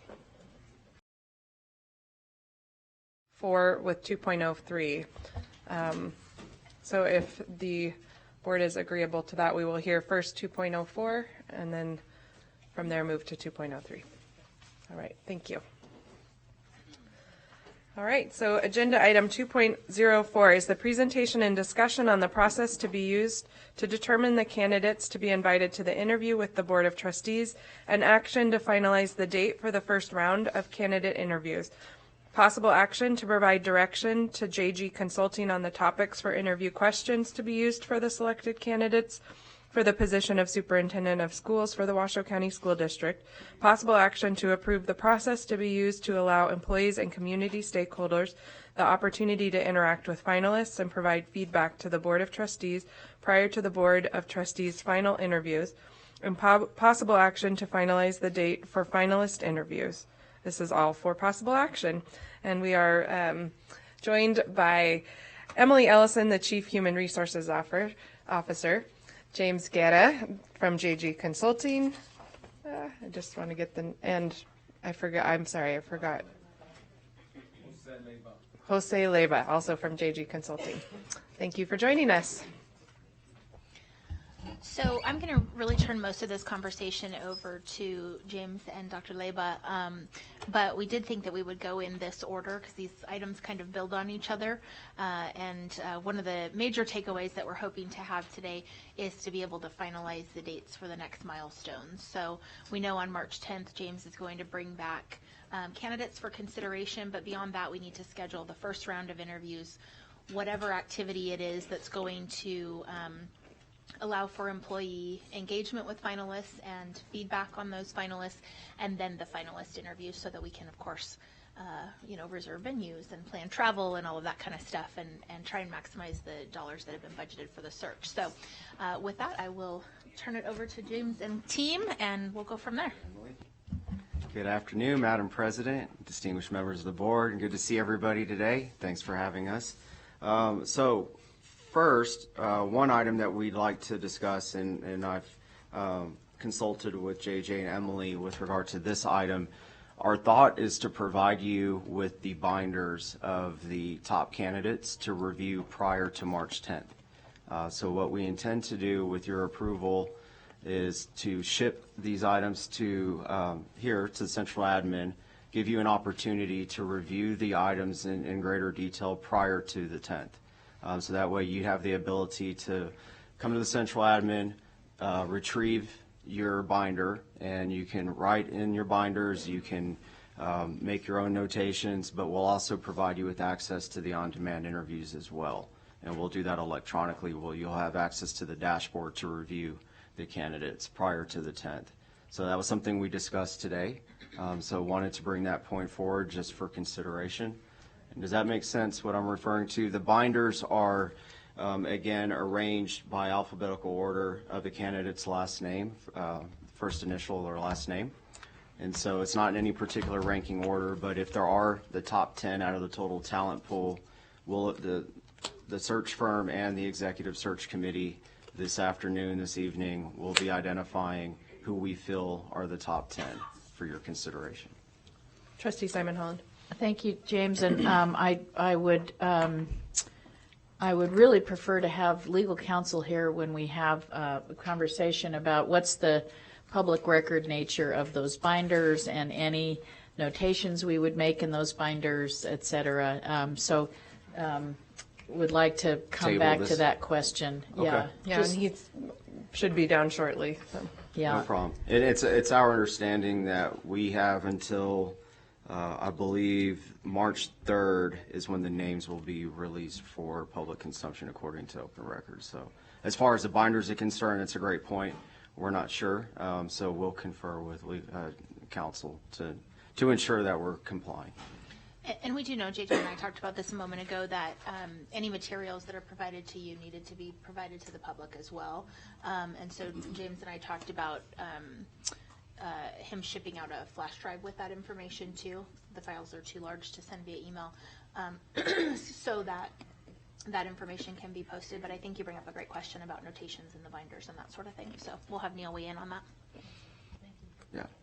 So again, to recap, that's one thought, that's an idea that we have to give you ample time to get to know the candidates prior to the March 10th meeting. So the intention of the March 10th meeting is to review the candidates in greater detail publicly, have the community will have an opportunity to either participate via the live stream or here in person with us. So we'll go through each of the candidates one by one, and then also have an opportunity to answer any questions you may have regarding the candidates and just general feedback, questions, concerns, and then we'll also show the on-demand interviews. The on-demand interviews consist of 4 questions. Each interview is 10 minutes. So we'll give you an opportunity to review, and the community and staff and those that are interested to have an opportunity to get to know the candidates prior to your selection of who you wish to bring in for an in-person interview. And so the goal is to identify who we wish to interview during round 1 as a board. Great. Trustee Simon Hall. Thank you, Madam President. Another question. So some of the semifinalists, if you will, of those 10-ish number, may be more local and some may be at some distance. Will they be able to sit in on the board meeting if they wish to when we discuss those 10? I just, personally, I think that's an awkward situation, but it's a public meeting. So I want to raise the question. So again, we can confirm with Neil, but based on the guidance that we had when we went through the internal auditor hiring, because it is a public meeting, they do, as a member of the public, have the right to sit and be present. What we did in that situation was we made available the overflow room or maybe some other space that might, be less awkward, but they don't have to avail themselves of that. They can come in and watch the rest of the meeting. I know in my more recent memory, the process, I think 4 or 5 years ago for this district and appointing members that you went through, Trustee Simon Holland, there were open interviews, and I believe you were in a separate room. You can answer that question better than I can. I can. Thank you, Madam President. That was during the actual interview process, and I think that's fairly typical, where the rest of the applicants are sequestered until they have completed their interview, and then they can join the public. This is more for the sitting in on us discussing the pros and cons potentially of various candidates in a public forum. So, No. but if I were a candidate, I would be watching that meeting. So, I'm sorry, President Raymond, we will be noticing all of Yes, the yeah. 10 finalists or whatever the number, so that they will know that they will be discussed. Yeah, and thank you. And Madam President, for me, it's more I'm going to be looking at what they're saying about everybody else, not only about me, but, yeah, so, but it's an open public process, it's a transparent process, but I think we need to be mindful of where we have an ability to manage that so that some candidates don't have an advantage over others. Sure. Unless they take advantage of the opportunity. So once the review of the candidate packets, binders, if you will, and the on-demand interviews, the end goal for that particular meeting is to individually cast your vote on who you wish to bring in. And it's a very simple exercise, as simple as if we gave you an index card and you picked, let's just say, your top 5, and wherever you have alignment with majority consensus, that's where the final number falls as far as the selection. Oh, you do? Okay. So the first question I was made aware of by the chair, which is about the binders. As soon as the binders are made available to the members of the public body, which in this case is the Board of Trustees, it must be made available to the public as support material for the meeting. That being said, your personal notes are exempt under NRS 239, I believe it's 1.100, or maybe 010, close enough. So your personal notes in the binder are not public records. You're entitled to your own notes, and that's not a problem. The process that, and we haven't talked about this, and I can help Mr. Guerra get through this, but that would be an action by the board, so we would need to do that in open, the narrowing down of these folks. So perhaps we can do an open meeting just to make that decision, or something of that nature, or put it on another agenda. But yeah, we can't have your personal rankings going forward to him, because as you can see, that would be basically a walking quorum or serial communications. So I think that would be a troubling. So Neil, I think the point of clarification is once they've had an opportunity to review and deliberate on the candidates, if we're narrowing the field from 10 to 6 or 10 to 5, what's the best mechanism for that to happen? If this board is narrowing it down and it's not being done through if it's being done through this public body, that has to be a vote of the board in public. Yeah. So would they take an action on each individual candidate? Oh, I misunderstood. I'm sorry, I misunderstood the question. So we would do an open meeting, and yeah, we could do that any number of ways. You could do it like the school naming committee, where each person ranked their top 5. It would be up to the chair really to ultimately decide how to manage that, and the chair could work with myself, Ms. Ellison, and Mr. Guerra to come up with a process. You could do it that way. You could vote on each person. That seems a little cumbersome to me, but you could do it that way. However the chair decides. That's a chair decision. But So it just we'd- has to be open. That was my biggest concern. Yeah, and it would be we have the meeting scheduled for the 10th work session, really, before the regular meeting. And so however many hours after we've spent reviewing the top 10 candidates, then we get to the point of narrowing that field down in the open meeting to the top whatever number of finalists. I apologize. I misunderstood. I thought you meant in private. One other question that came up, and I think I know what the answer is just based on prior experience in hiring the internal auditor position, but candidates have a right as a member of public to sit in the audience during this process, so during the deliberative phase. Yeah, they do, and in past experience, and I think we even did it here at the internal audit with the auditor and but other public bodies I've represented in the past, you ask the candidate as a courtesy of professionalism to wait outside so that everyone, at least that's what we've always done, because you don't want to put a new burden on the board having the candidate sit here and stare at you. It just seems a little unprofessional. So we always ask for the professional courtesy, and I think that's completely compliant with the law. Okay.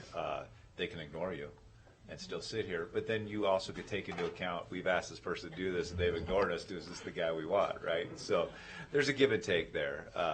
So that's a way to handle it. Yep. Oh, go ahead, Trustee Cotto. Yeah, thank you. Speaking as just for myself, I think it would be helpful for me if I knew prior to that meeting the process of how we're going to narrow this down, so that when I'm taking notes and we're going through it, I'm thinking in my head, like, what is my process in making a decision? Because I think this could, I don't want it to get confusing for individual members, and then we maybe want to take a vote, a revote, because we didn't understand what the instructions were. I think prior to that meeting, it'd be helpful to know exactly what actions that we're going to take to narrow this down. Sure. We have a scoring rubric and a system that we can include with each of the binders as well, just to help you rank individually and independently as you're reading through the materials prior to the 10th. By no means do you have to feel obligated to use that, but it is a resource at your disposal, and we're happy to provide you with that as well. The on-demand interviews also have a ranking system where you can self-select how many stars. It's star-based, so if you feel based on the needs according to the job profile and the job description that we all created as a team, aligned to their skill set and experience, you can self-select that as well. So it kind of sees, you kind of see how the ranking of your peers go as well. So there's different ways to rank and file independently, and then when we come back, I think it'll make our work together on the 10th move much more fluidly as we identify who the top, candidates are for your consideration. Thank you. Yes, ma'am. Go ahead. Sorry, Neil, I have another question. So as it relates to the on-demand interviews, first question for you, that requires a login? No, so we'll send you a link to a dashboard via email, and so you just click on the link and it'll take you directly to there. So we'll add your email addresses to our administrative portfolio, and so that way you'll have direct access. The one thing I would check is with your technology department to ensure there's no firewall. Okay, so the on-demand interviews need to be made available to the public when they're made available to the board as well? It sure sounds like it based off of what I'm hearing here, unless I'm misunderstanding anything. Okay, so we may want to send the written support materials at the same time that we post, and then just do the on-demand interviews live? Because the general public won't have access to your link at that time. Yeah. I mean, it's feasible. I mean, we could. I think I need to check with the technology because it's a third-party service that we subscribe to, and so we have administrative control and access to the system.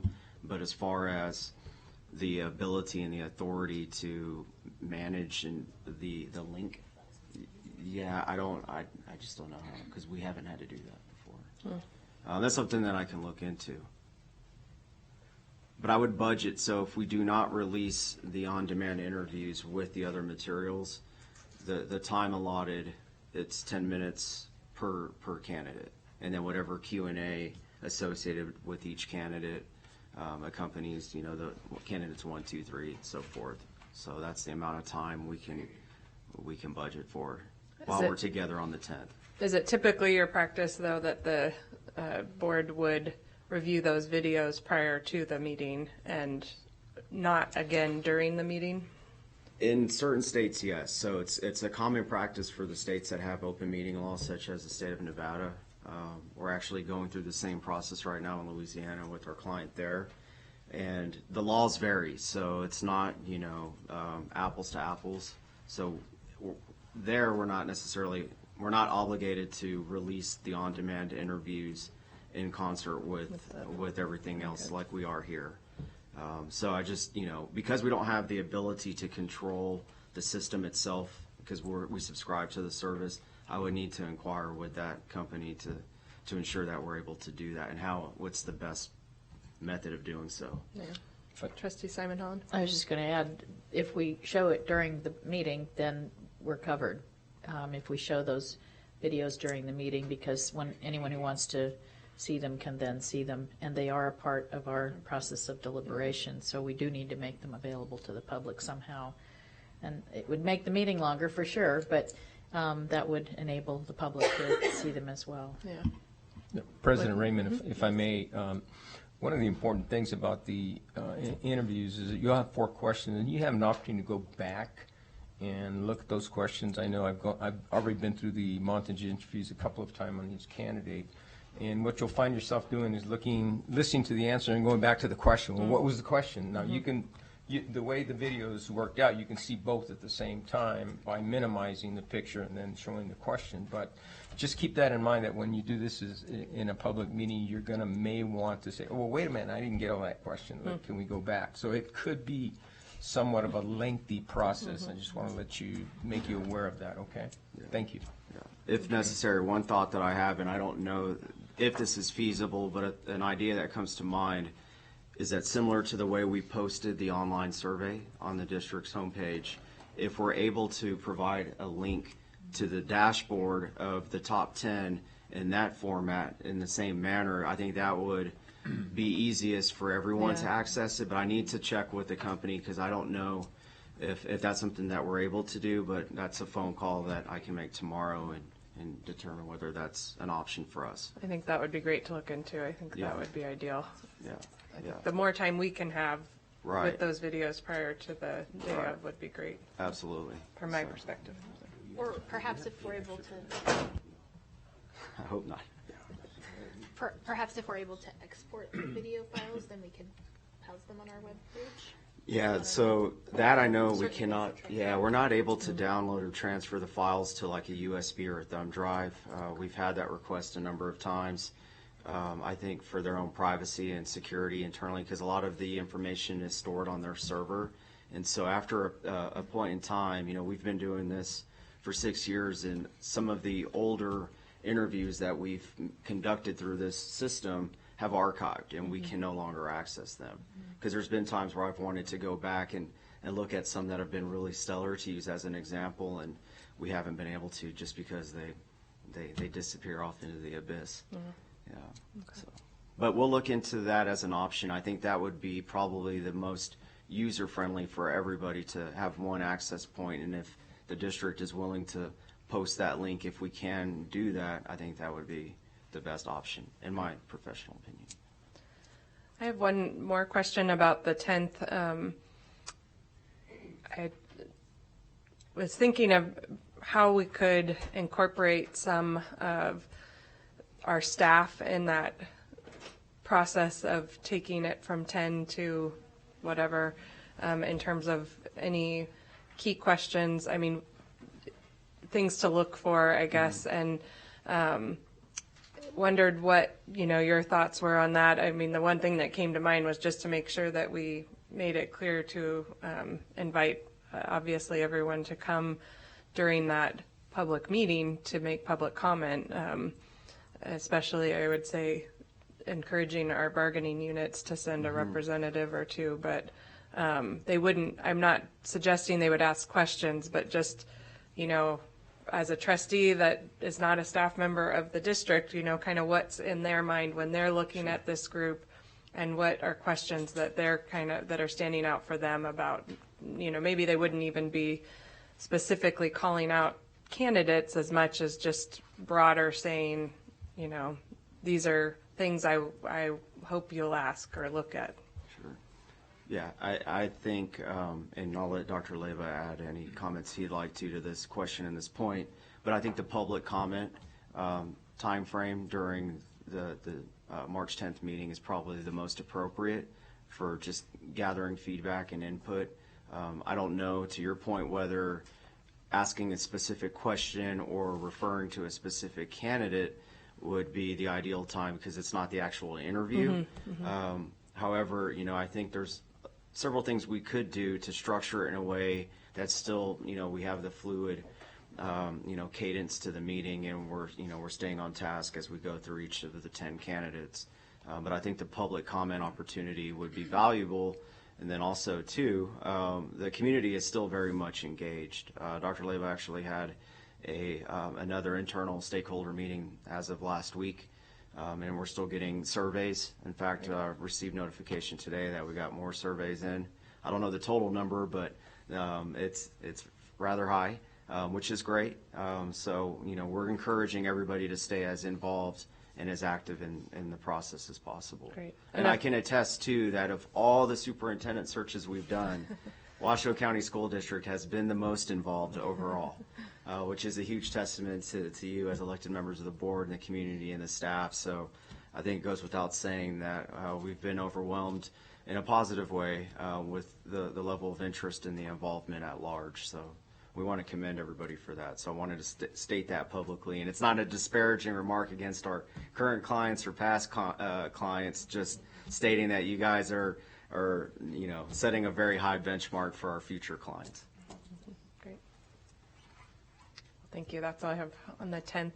I don't know if you had more to add to that. No, that's really it. So the goal, again, is to identify who you wish to bring in for round 1. And then aiming for round 2. So I think, so the next item for us to discuss are potential dates for round 1.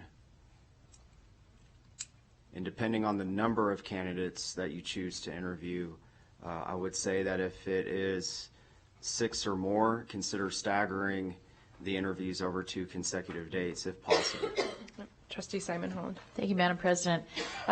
So as we're talking about rounds of candidate interviews, I wanted to share with everyone some conversations that I've had. And I've been through, both as a candidate and as a selector, several public sector CEO position recruitments.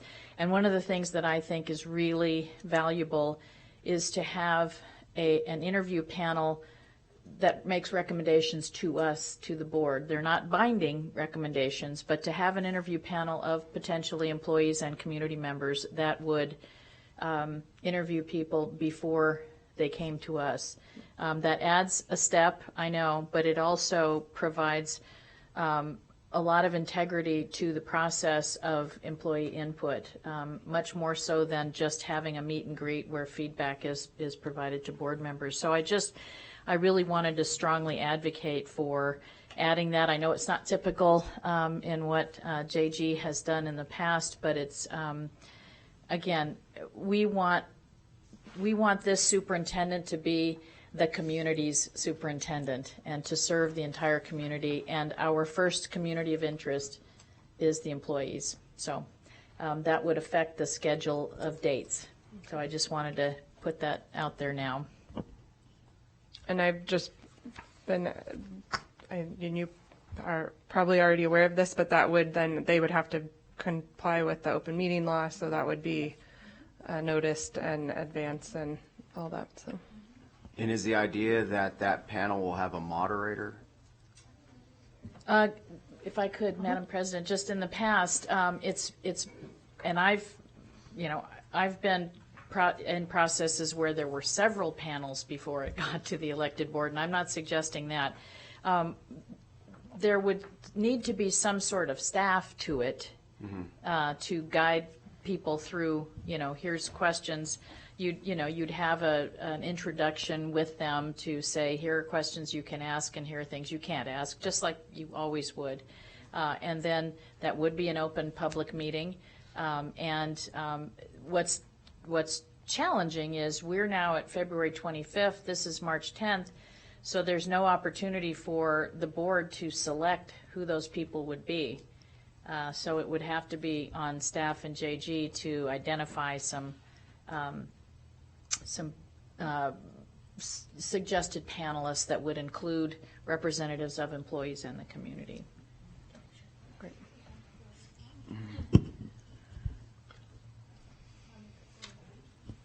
Sorry.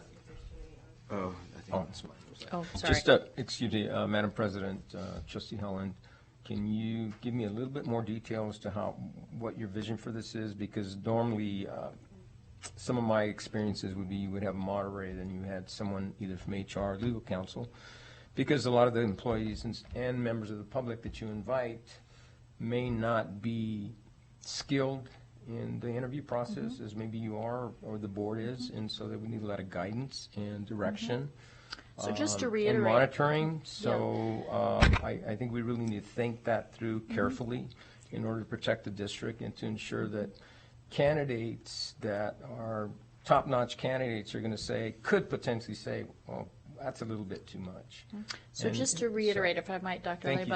Leba, again, it would have to be staffed with someone, whether it's someone from your team or someone from our team that gives guidance to folks about, here are the questions that can be asked. They have to be asked in the same order by the same people.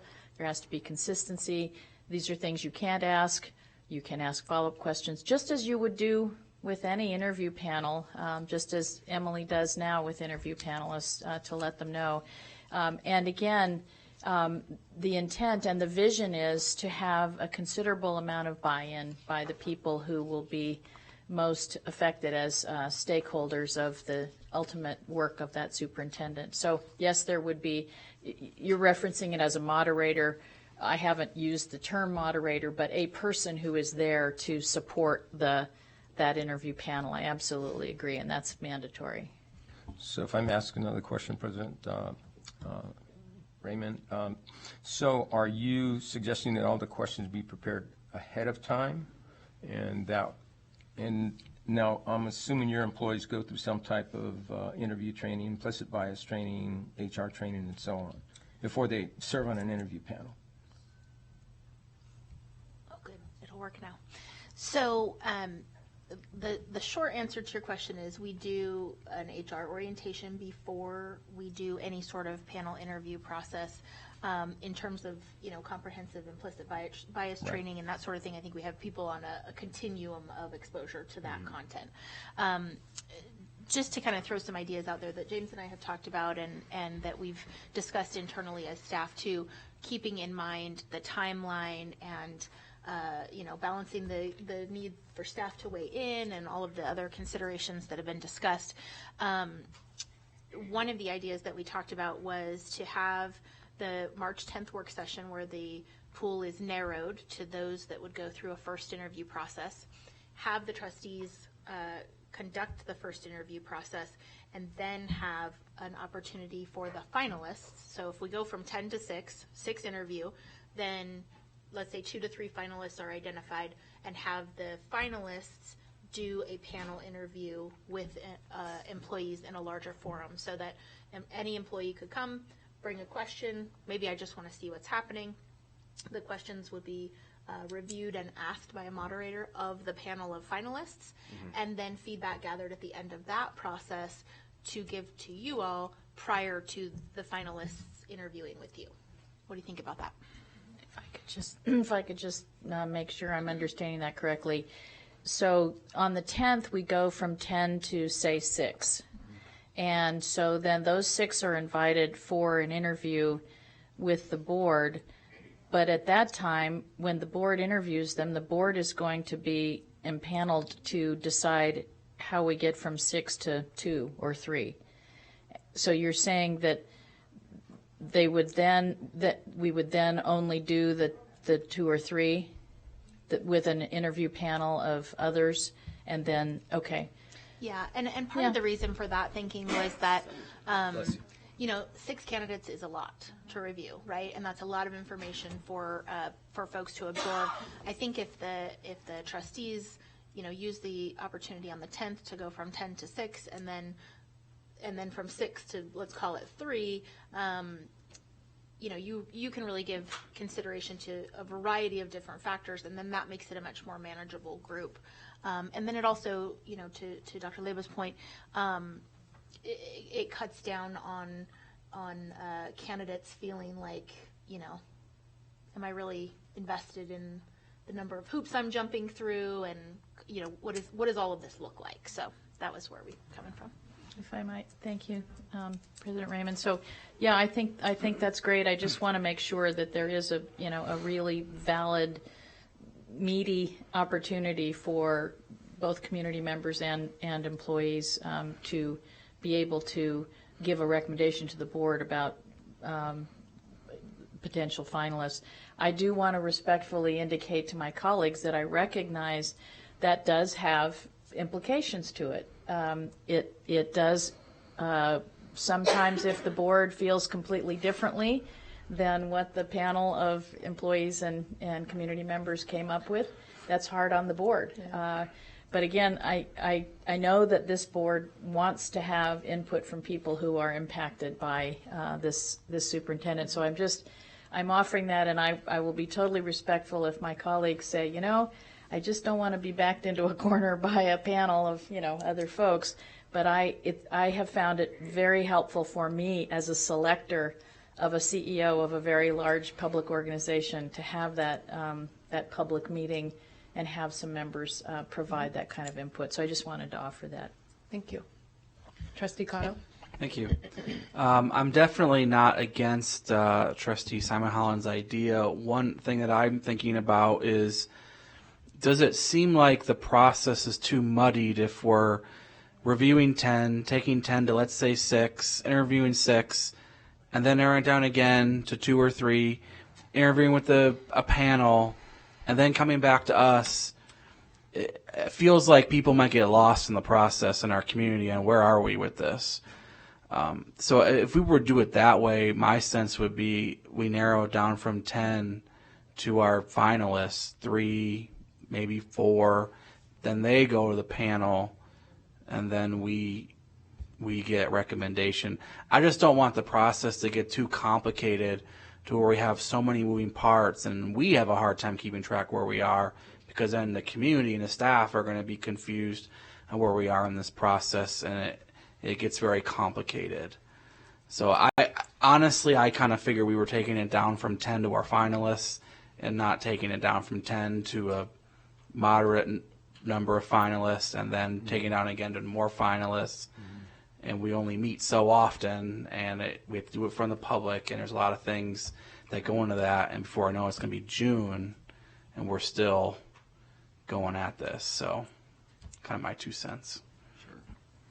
I think one of the challenges will just be whether or not you feel comfortable identifying folks as finalists without putting eyes on them, right? So the session on the 10th, I mean, you'll get to via video, but it's not the interactive process that normally happens during an interview.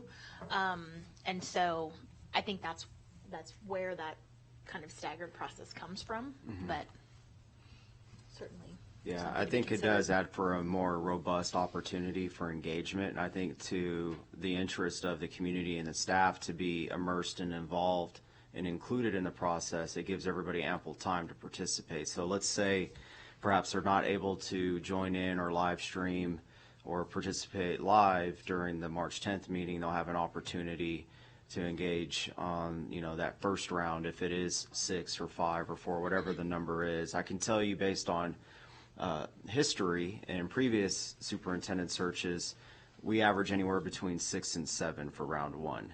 And then the final round of in-person interviews is usually 2 or 3.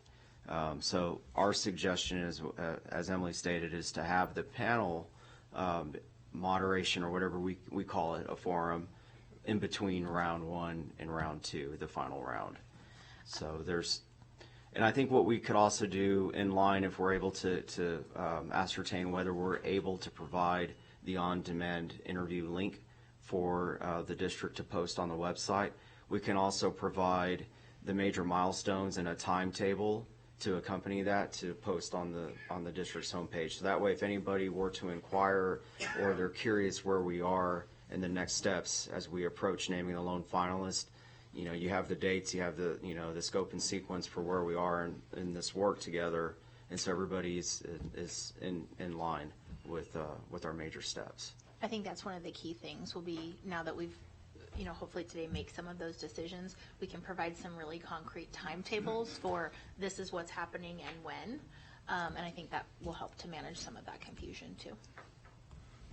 Yes, President Raymond, if I may, I had the wonderful opportunity to meet with the online meeting with the Community Engagement Council. Very active, great recommendations and input, and I totally appreciate you're attempting to balance your responsibilities with the involvement of the community. I just want to reinforce that you have only one employee, and that's the most important decision you will make as a board member.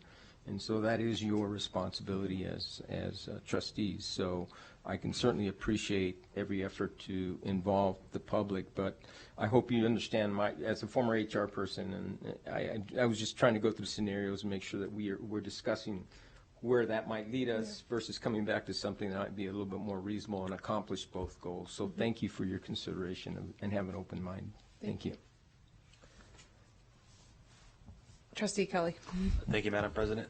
Maybe a good compromise then would be, if we have the 10, and then you had said, Emily, that 6 would probably mean 2 days to do in-person interviews of 6. But if we did it at 5, then that would just cut it down maybe to 1 day of the interviews, and then that would free up that day to then do a panel and to have the finalists come back to us. So that's something that you think would kind of help with Trustee Simon Holland's vision, and then Trustee Caudell's concerns about making it too muddy. You think that might be a good compromise? Yeah, I think whatever we do from a scheduling perspective, we'll want to buddy up the panel interview with either the first or the second interview, just so that we aren't expecting candidates to travel back and forth 3 or 4 times. And that, I mean, obviously, out of appreciation for cost, right? That becomes very cost prohibitive. So I think that is important. I don't know that we would want to go in with preconceived notions about how many candidates you want to consider, just strictly based on timing, because, sometimes it's that 6th candidate, right, that might be the perfect fit. And so I think we can be mindful of it. I think we should, from a scheduling perspective, buddy up the employee phase with either the first or the second interview, but I don't know when we want to put constraints on you all in making those decisions. Yeah. Would you agree? Yeah. The other thing I would add too is, as long as we have clear expectations and the objectives are outlined for the candidates and they understand what the timeline looks like going forward, they'll budget for their own travel, and we'll work with them to coordinate the logistics. And as a professional courtesy, we want to give them enough notice to plan accordingly. So that's first and foremost. And then also, too, looking out for your own peace of mind as well. So if you have 6 candidates, for example, in 1 day, that's a lot of fatigue. From my experience, seeing that it's a very stressful day if you're interviewing, 5 is still quite a bit in my opinion, but I'll defer to you if you as a board would prefer to interview 5 in 1 day. We'll support you. I mean, we'll be here with you every step of the way. So whatever you feel is best, and however it fits with your respective schedules, we'll make it work. But to avoid fatigue, that's why we like to stagger if there are more than 5 over the course of 2 consecutive days if possible. Yeah, Trustee Cotto? Thank you. Emily, your explanation was good as far as how we do this. So I think that the panel is a good thing. I just had to get there in my own head. My only concern would be that we structure it in a way to where we see the panel's input, and we definitely will weigh that very strongly. But I don't want the expectation to be out there that if the panel recommends candidate A, we pick candidate A, because if we pick candidate B, that person is going to struggle, because now the community is going to say, yeah, told us to pick one, and then you went the other way. It's got to be that give and take of, here's what we maybe like and don't like about candidates, and maybe not a recommendation. Because it is going to handcuff us, and then we're going to have to weigh, are we setting candidate B up for failure because the community picked candidate A? Yeah, I've thought a lot about that as well, and so we'll need to work with communications to figure out the best format to gather that feedback. But I like what you're saying in terms of a strengths and areas of opportunity approach versus any kind of ranking or voting or anything like that. Because I think you're right, we absolutely could set ourselves up for disaster if we go against the vote. Yeah, that's exactly what I'm getting at. So I appreciate that. The last two recommendations I would give, because I know that you all are going to have to figure this out because we can't meet. I would like to see a panel that's diverse, and also a panel that doesn't have the perception of being our community elites, high-end people that are on boards and all that, because then the everyday parents might look at that and say, but they're still not listening to us. And then Can I comment on that really quick? Yeah. So as opposed to identifying particular individuals, I think what we were envisioning was, let's call it 3 finalists, right? Mm-hmm. So 3 finalists are sitting here, and employees at large have an opportunity to come to the event and bring a question for the moderator, who would then ask the question in front of everyone. Okay. That's an interesting thought. You will definitely get people taking you up on that opportunity. And then the last thing I would say is I don't think this room is going to be conducive to that. I would recommend a high school auditorium or something to where you can get a lot of people in there, because I do think if this opportunity is presented, people are going to come, and they're going to want to, if not speak, at least be there to kind of see what's going to happen. So that'd be my recommendations. So from a planning perspective, just kind of 2 comments.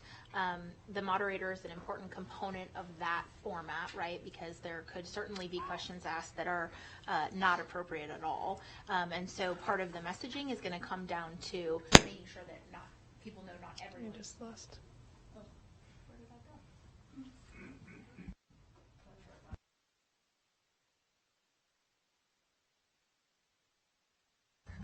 So part of the expectation, of course, would be making sure that people know not everyone's question will be asked. We'll need a defined time period, right? Because I think you are correct that there will be a lot of interest. And then definitely need a venue larger than the boardroom. So working with staff to figure out what that would look like. Trustee Simon Holland. Thank you. This is absolutely not what my vision was. Oh, okay. My vision was a panel of interviewers who would ask the questions systematically, just like we would, who are a group of individuals that are representative of the stakeholders. I think if you have an opportunity to have hundreds of people ask a question, I can't imagine how we would manage that to the satisfaction of the people who are attending that. We've had that happen before, where people were very frustrated because we said, well, we'll only answer questions for this period of time, and all of those people who didn't get to ask a question were really upset. What I was picturing was an interview panel, just like you do for other positions in the organization, bringing in some representatives of employees, some representatives of families, some representatives of the community, having a panel of, whatever, 7 people. And I appreciate the idea about the strengths and weaknesses feedback. I think that would be really helpful. And again, it's going to be an open meeting, so people can attend and they can provide public comment. But I would fear opening it up that broadly, because we're going to create disappointment for so many people who wouldn't be able to ask a question. So I just want to offer that.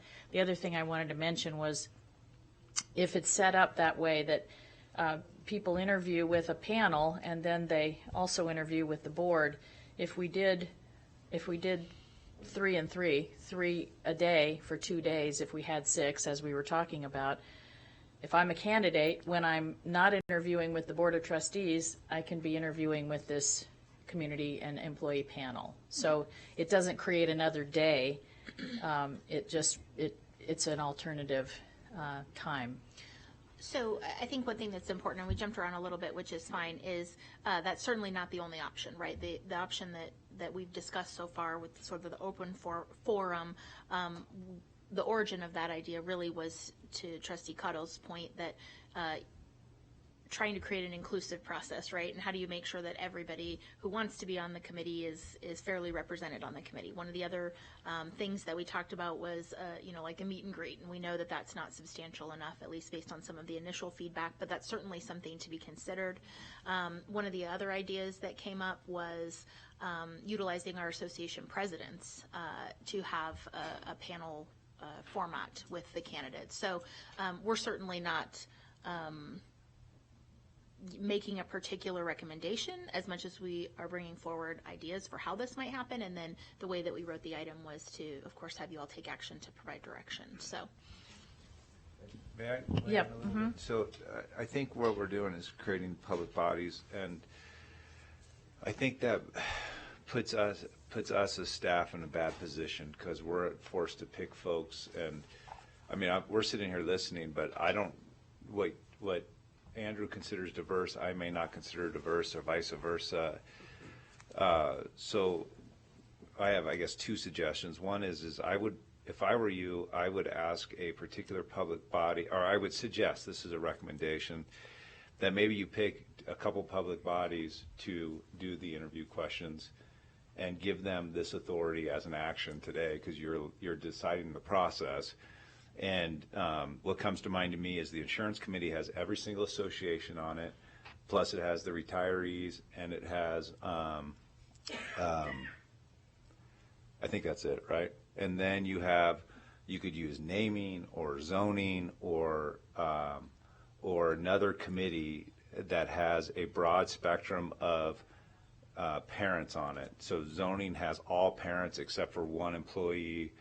Naming has one employee, and they're all pretty much parents or some type of contact with the district. I just think the task that we're being asked to do as staff, I can do it, and Emily can do it, and Mr. Guerra can do it, and Dr. Leva can do it, but how is that going to meet your needs? You don't know who we're picking. And so that I'm concerned about that just from a professional level.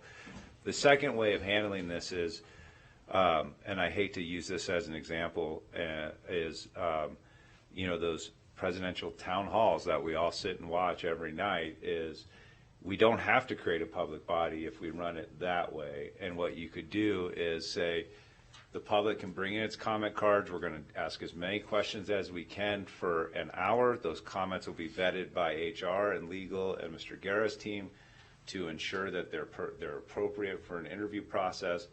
Then you're not creating a public body at all. Then what you would do is you ask the questions for an hour. You would have the moderator ask the questions. I presume that would be Mr. Guerra or Dr. Leva to do that. And then as people, you can give each one of them a card, and as they walk out, they can give a ranking and hand it to communications or to me. I don't care. I'll collect the cards.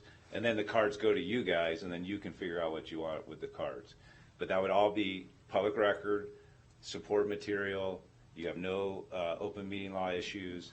My other concern is with the open meeting law is, to Andrew's point, and we're kind of already seeing this as we all know from yesterday, is if you don't follow a committee's point of view, now does a member of the public, or does one of the members, the superintendent candidates who got denied, claim foul and say, oh, well, they must have talked privately because they didn't follow what the committee sent to me. I just think those are things that we need to consider, but I also want to say, and I always say this to you, I will do whatever I can to make it work. Those are some thoughts that are running through my head as I listen to your deliberations. So I hope that helps. If it doesn't, I apologize. Trustee Cotto. Thank you. That's some great points that Chief General Counsel brought up. One of the committees that comes to my mind that we've had a lot of interaction with is zoning. We have a number of teachers on that committee. There's an administrator on that committee. And what makes that committee, I think, diverse for our county is that each trustee has someone on that committee. There's District A, District B, District C, and I know District C is a teacher at one of the schools in C. And I think we've all seen the work of that committee and the professionalism of that committee. So if it's the the will of the board to maybe look at one of our already established committees, so that staff doesn't have to go out and essentially pick people who are going to interview their future boss. I think the zoning committee would be a tremendous fit for that without asking them. Obviously we just came up with this, so if anyone from zoning's watching this, you're thinking, oh my gosh, what are they doing? So, but that would be a recommendation for me, because we've all seen the great work that they do. Trustee Minetto. Well, I'm going to kind of play the devil's advocate, because I feel like we've already done all this through all the surveys we've taken and all this. We've gotten the input from the community and the teachers, and I feel like it's already been done. Thank you. I'm struggling. I think, and I have a kink in my neck, so it's exacerbated this conversation. I think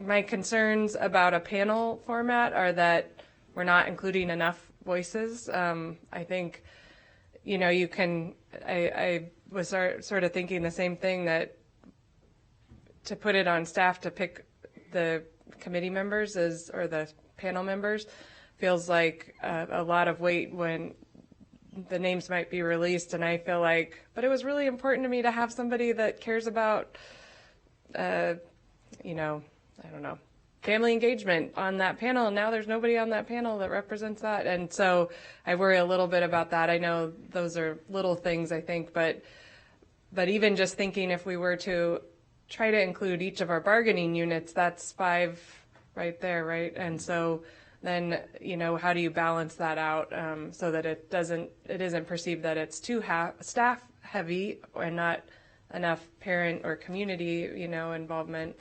I'm not saying that I don't like the idea. I'm just trying to figure that one out in my head, where I think the open kind of public town hall style certainly gives more opportunity for involvement at all levels, and invites people to come that might otherwise feel disengaged from the process, but it obviously leaves a whole lot of room for really weird questions, and I can guarantee there would be a lot about, like, are you going to live in Reno? And I think we can all predict a lot of what those questions are going to be, and not necessarily what we should be focusing on, and not in setting. So I'm really torn. I almost actually also see them as kind of two separate things. I think what I heard from Trustee Simon Holland initially was that panel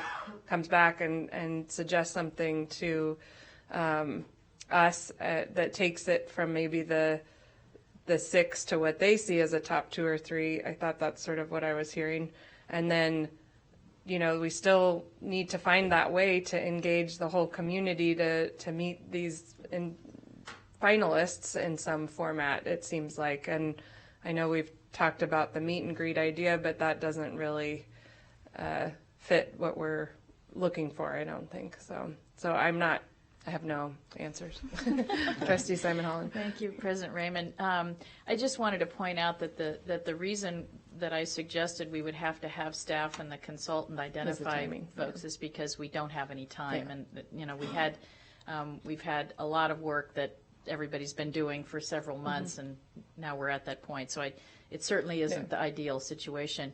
As a perhaps a resolution, I like council's idea of having a moderated town hall. I would be, if I were a candidate, I would not want that to be with all the candidates being on a dais like the presidential debates. It becomes very competitive, and I would feel uncomfortable about that. I think that having a moderator ask specific questions rather than turn in your public comment card and we'll ask that question would be very difficult, I think. So having some established questions that a moderator would ask, and we're making this up while we're here, so everybody, we're all brainstorming how we might do this best.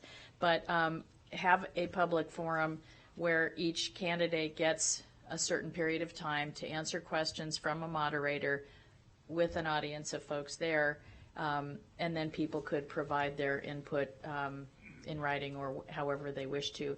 I do want to comment that because of the nature of the survey, I'm not sure we haven't gotten everything that we might from people who are specific candidates that are identified. So, you know, people have said generally, here's the profile of the ideal candidate, but we will actually have real human beings with their resumes and their experience and their, you know, their contributions to deal with. So I don't think we've gotten everything that we could from the community, just in you know, in dialogue with Trustee Minetto. But I think for, you know, the purposes of moving us forward, you know, I would offer that the notion of a moderated sort of town hall is a great one. We would have, then we wouldn't have the danger of having inappropriate questions. That would be offered by a moderator, and then people could attend. It would be an open public meeting for people to attend. The question then becomes, how do we manage if we have 6 people to do that with? I think the suggestion that Emily offered, which you all had talked about, having that be after we're down to 2 or 3 people would be most appropriate. And again, as a former candidate, I don't want to be on the dais with, you know, 2 other people that I'm competing with for charm school. You know, I Go first. Exactly. So just some Thank thoughts that I would offer and be willing to, you know, resolve. I do know we talked at length, I think, in January about schedules, and April was not a pretty month. There's a lot going on with national conferences and travel, and so, you know, as much as it'd be nice if we weren't constrained by time, we are, and we do have some, I think, if I remember correctly, it was around April 20th that we sort of lose trustees. Is that right? And I mean, I'm now going to DC as a representative for the district at the end of the month. I mean, there's just a lot going on. So I think we do have to really consider what can we feasibly do in the amount of time we have available. And I think that makes a lot of sense to take that group of finalists and find a way to work a town hall, you know, where they each have their moment to kind of go through that process. I don't know. Trustee Cottle, did you have more? Yeah, thank you. So I think the town hall idea is a good one. I would be curious to hear how we would do that. Let's say we did 2 or 3 candidates. Having more than one in a day might be hard. Is there an advantage to going second or third versus first? And I guess the question I have for legal counsel is, if the board is using the town hall as a potential decision maker, do all of the questions have to be the exact same for every person in the town hall, or does the moderator have freedom to ask candidates different questions? Because if we decide on candidate C because of the great answer she gave on the second question, but candidates A and B did not get that question, there could be an issue there. And so, and obviously I would assume the town halls will be before our board meeting. If it's after, we would have to come back again as a board, which doesn't make a whole lot of sense.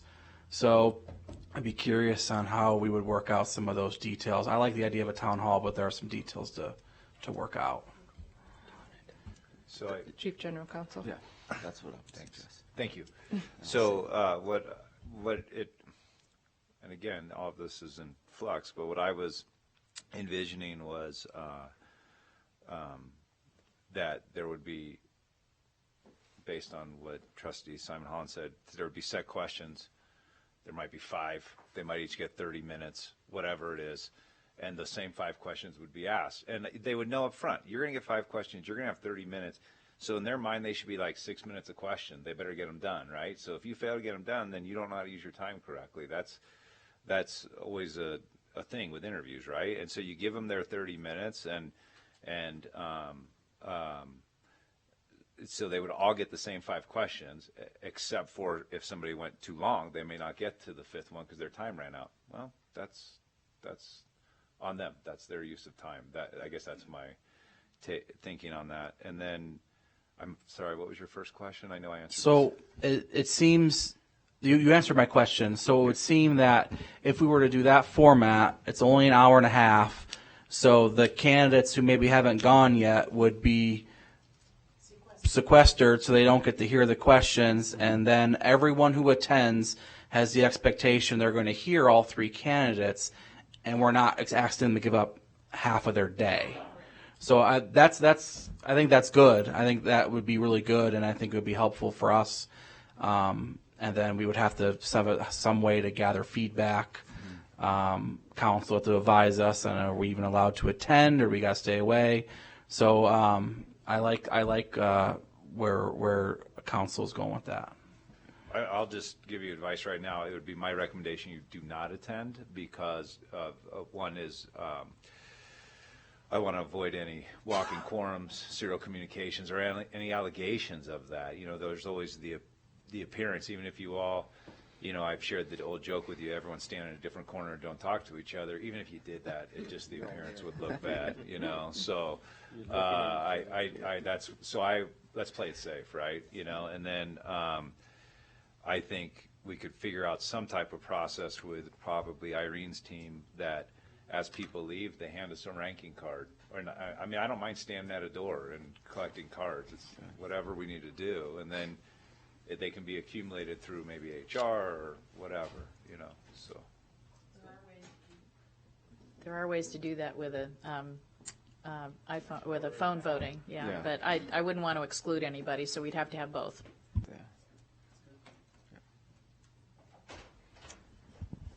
Great conversation. So now I think, do we need a motion on that being the town hall being the method of this? Can we select a date and do it all at once? I think you could, yes. I think you should get a motion. I think you could do a date to be determined by staff, or you could set a date yourselves, or just give us a timeline, whatever you're comfortable with as far as that range goes. And then I do think we need some type of motion so that we're not acting unilaterally without your support. Okay. I'll make the motion, Madam President. Great. So I would move that we have a town hall type opportunity for the public to see our finalists, whether there are 2 to 3 finalists, after the board has interviewed, but before the board selects the final candidate. And the town hall would be moderated, and identical questions would be provided to each of the candidates, but the candidates would be individually answering the questions, and there would be a moderator who would ask those questions, identical questions of each person. The candidates who were not responding at that point would be sequestered from hearing the rest of them. Board members would be discouraged from attending that, but members of the public would be encouraged, as well as our employees, and we would provide some mechanism for attendees to rank the candidates that are participating in that town hall. Does that capture it? Did you want a ranking, or did you want feedback? I know there was some concern about ranking. I think the ranking. I think ranking and some opportunity for comments, maybe. Yeah, maybe. Yeah. As long as it's not a panel, I think we're okay with providing. I guess I would give people the opportunity to give us their number 1, 2, and 3. We need a second. And okay, so.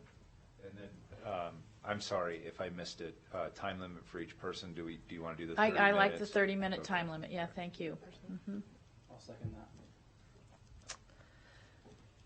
Any discussion? Trustee Taylor? I was listening. I was Great. listening. I was listening. I figured. And I like the town hall idea too, which most of you said. The part when I pulled up and so I had to turn it off that I missed is in between was, I know will the candidates be, we're gonna do 30 minutes separate candidates? Yes. Mm-hmm. Okay, the motion made me seem like they're gonna not be able to hear each question. I'm like, well, they have headphones on? Okay.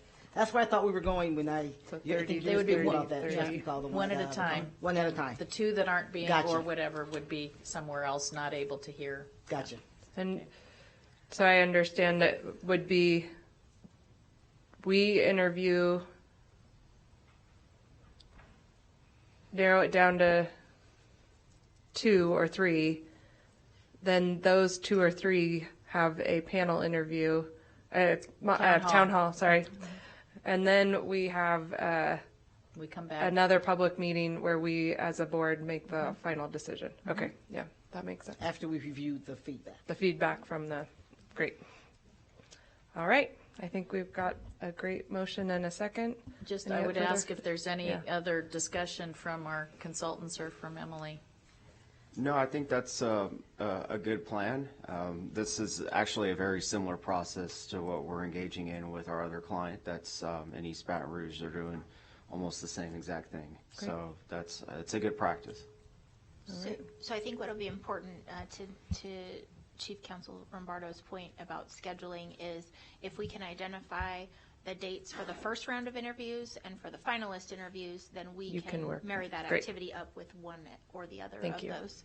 And then just a reminder about public comment before you vote. Oh, thank you. Is there any public comment, JJ? Okay, thank you. Oh, somebody raised their hand. Oh, Yeah, gentlemen. For the record, my name is Darrell Drake, and I'm very much I'm a citizen from Reno, and I'm very much interested in this process. And I was also very impressed with the selection of the community people for the search committee. I think that represents a good cross-section. I apologize for getting here too late, so I didn't hear the entire process. Well, this search committee, will they be having interviews to provide input to you of all of the candidates who are selected, or once they go through the search and identify people to come before the board, are they out of the picture? We'll let James answer that one, as it is his committee that is doing the work. Thank you. It's a citizens committee that's doing the work. Yeah, it is not a committee of the board. Right, Because right. it would then. And I understand that, but will they be doing interviews and ranking the candidates themselves? Say, well, okay, great. The only other comment that I would have, and just listening to this town hall concept, which I think is great, but did I perceive a comment that it would not be appropriate, and maybe the open meeting law comes into play here, for the members, the trustees themselves, to attend that at a table in front of the responders, or the 2 or 3 candidates. And the reason I say that I think that would be good, as long as it's a posted meeting that complies with the open meeting law, is that this would be a setting that is different from the individual interviews. This is a setting where these people are making comments, responding to questions in a public setting. And I think that could be informative to the trustees themselves. So I would make that a suggestion, or for you to consider that. Thank you very much. Thank you, Mr. Drake. I appreciate your taking the time to be here today. And if you wouldn't mind, we'll just have you fill out this yellow card after the fact. I'll, I think, first start with our Chief General Counsel to respond to the legality of that. It would be legal. You could do a discussion. We could do an agenda, and you could be there and sit there in an open meeting. I don't think you'd want to deliberate there, and you'd have to really avoid deliberating, obviously via email, fax machine, phones, texts, whatever's out there, right? All those different ways of communication. That's my biggest concern, is we just want to keep, but if you want to be there, we could definitely schedule that as a meeting for all of you. It's going to make scheduling probably a little more difficult because there were 7 of you, and then we got to get the 6 or 5 or 4 or 3 candidates together, however many we have, and get Mr. Guerra's team here. But we could make that work, that suggestion, if that interests the board. but it would be a discussion. Gosh, I don't even know if we'd want to discuss it it would just probably be just a listening item, really, just a presentation type thing, yeah. But Trustee you can Simon watch on Holland. TV. We Yeah, could thank you. close- That's what yeah. I was thinking. We could just video it, and live stream it so that people can watch, and we don't create any implication that there's some, some board deliberation or decision process that's happening. That would be my recommendation. Thank you. And I appreciate Mr. Drake's comments, and I think there's absolute benefit to the board members hearing that, testimony by those candidates. I'm sensitive to the concerns that council has raised, and we can take care of that by live streaming it. Okay. Well, I think we'll take a vote, and then after that, James, I may ask you to just give us a brief update on the committee that might address some of the other questions. So, all right. So we have a motion by Trustee Simon Holland and a second by, I can't remember who made it, Trustee Cotto. All those in favor? Aye. Aye. Any opposed? Great. So the motion passes. We'll just hear a little bit about your committee, Mr. Absolutely. Guerra. So this afternoon, this evening, we are reconvening the executive search firm, myself, Dr. Leba, and the 8 members of the executive search committee, and we're reviewing each of the candidates during this time frame later today and this evening to identify who we feel as a team and as an executive search committee who are the best candidates for your consideration. So identifying that top 10 and then the remaining balance of candidates. So when we ascertain who those individuals are, that's the purpose of and the objective of today's meeting with the search committee. And they're not interviewing in person, or do they have access to the videos, though? Absolutely. Yeah. So they're on the current distribution list of our online on-demand interviews. So independently, we've each been charged with the assignment or reviewing the on-demand interviews, and then today, this afternoon, for the first time, we'll meet as a group collectively to discuss them, similar to the same process that we'll engage in on the 10th, reviewing as a team all of the on-demand interviews, all of the resumes, so they have access to everything to this point, to have the opportunity to, in their own manner, rank and file each of the candidates. And so when we come together, our goal is to identify and reach a consensus and agree on who we feel are the top 10. Great. Yeah. Thank you for that update. Yeah, absolutely.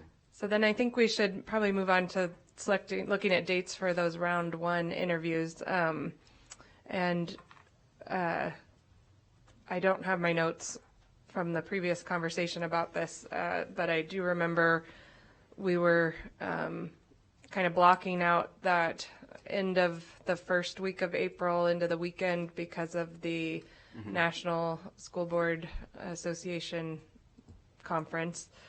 Right. So then looking at the week of the 6th, I think there was some availability that week. And then the week of the 13th was good, I believe, for most everyone. So the National School Board Association Conference is April 4th through the 6th. So whatever availability you have thereafter, we'll work around your schedule. So again, as long as we have enough runway and ample time to, as a courtesy to the candidates, to inform them when the first round is, they can tentatively hold those dates. So we could look feasibly at round 1 interviews.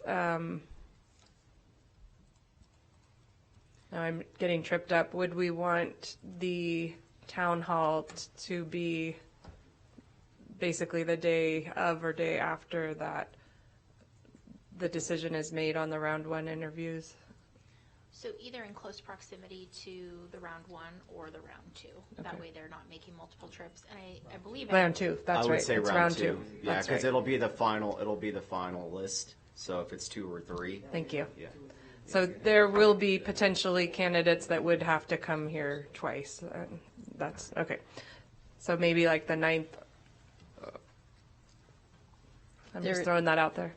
The Business of Education luncheon is on the 8th, I yeah, believe. it was sort of the 8th is pretty full of school stuff. And then district stuff. I have the Washoe K-12 Education Foundation luncheon is on the 9th, but maybe that's the That's the business of education. same luncheon, one? Yeah. Okay, so it's on the 8th. Okay. Trustee Cottle? Yeah, I'm looking, so we said between the 31st and the 10th. Would April 1st and 2nd work? No? 'Cause we're going to have to reserve 2 days, because if we do 6, we want to give ourselves the opportunity to spread it over 2 days. I'm available the 1st, but not the 2nd. Sorry. Okay. And if I may, it's not uncommon to have interviews, and I don't want to commit you to your weekends, but it is a common practice also to have interviews on Fridays and Saturdays. So perhaps a Friday evening or a Saturday, so you can stagger late afternoon, early evening on a Friday as consideration or in consideration, and then Saturday beginning in the morning and then end midday. Okay. So that is very common, but again, just food for thought. 9th, 10th, yeah. If I may, just is the practice, and I know we talked about this before. I don't know if we settled on it. Having them all in at the same time, the same 2 or 3 days, or how they. I know we talked about that last time. Is that what we're planning? Round one, let's just say hypothetically. Round one. Yeah. Round one. So let's say hypothetically, you narrow the first round down to 6 candidates. Mm-hmm. So rather than having 6 interviews in one day, avoiding interview fatigue for all of you and the candidates, you stagger them over 2 consecutive days. Mm-hmm. Okay, but all in at the same time over a couple of days. Correct. Okay. And we'll manage the logistics. So, we'll set the order and work with the candidates and arrange where they're staying, all of those details, and help you with the logistical planning of it. Mm-hmm. Okay, thank you. Trustee Simon Hall? No, I'm confused. I thought we were reducing the 10 to 6 on March 10th. Yes. That's correct. Okay. So that's round 1 for us. Yeah. We reduced 10 to 6 on March 10th. That was my fault. I said round 1 interview. Yeah, we reduced 10 to 6 or whatever on March 10th. And so we're talking about how we interview those 6. That's what we're talking about right now. So round 1, so the way we classify what round 1 is the actual in-person interviews. Yeah. Sorry. So to avoid confusion, so round 1 is the first in-person, the first set of in-person interviews. So whether it's 5, 6, 7, whatever that magic number may be, depending on that number, just for today's sake, I think we should consider 2 consecutive days in the event you pick more than 5 candidates. So I'd like to see if the 9th, 10th, or the 10th, 11th would be options for people. Just, Trustee Simon Hall? but we aren't going to, yes, we will be, okay, so as a result of the 9th, 10th, or 10th, 11th, we will be reducing it to 2 or 3. It would probably be too much for those candidates to then do the town hall at the end of that, because it would, Yeah, those 2 or 3. if we did 9th and 10th, which is a Thursday and Friday, then we would have Friday night we would have Friday night would be the town hall. I'm sorry, this is just sausage making here, but we've got to figure this out. And then also April 12th is Easter, so that's Oh, Saturday, golly. or that's Sunday. Oh, So I would say golly. Saturday should be off limits. 'Cause Yeah. Oh, and it's Good Friday. Okay, week of the 13th.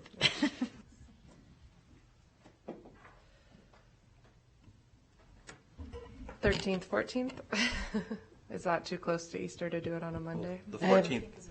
Yeah, we have a board meeting on the 14th. Chief, but we could do a round of interviews in the morning, like Monday afternoon, Tuesday morning. Chief General Counsel. Yes. Does the board need to rescind the prior action to approve the range of dates if they're deciding something not in that date time? We didn't put a date range. Yeah, why don't we wait and see where we're at on Okay. this? Actually, if I might, Madam President, the 13th, 14th might work well, except that people would have to travel here on Sunday night, on Easter Sunday night, to get here for a Monday set of interviews. But then we could actually make the decision by the board contemporaneous with a regular board meeting. We could just meet a little bit before. Maybe we could do Monday afternoon and Tuesday all day. And if I may, it may also depend upon, where they're coming from as well. If there's some that are closer, we still may be able to start earlier on that Monday, depending, if there's some California or Arizona, someplace close. So we still may be able to do some of that as well. I'm worried we might not have a lot of other options. Right. So I forget who's leaving first. I am. What day do you leave? I leave at midnight on the 15th. Okay. So actually, I leave Reno like around that afternoon. I have to leave out of San Francisco at midnight on the 15th. I don't know then how we do that. So 13, 14.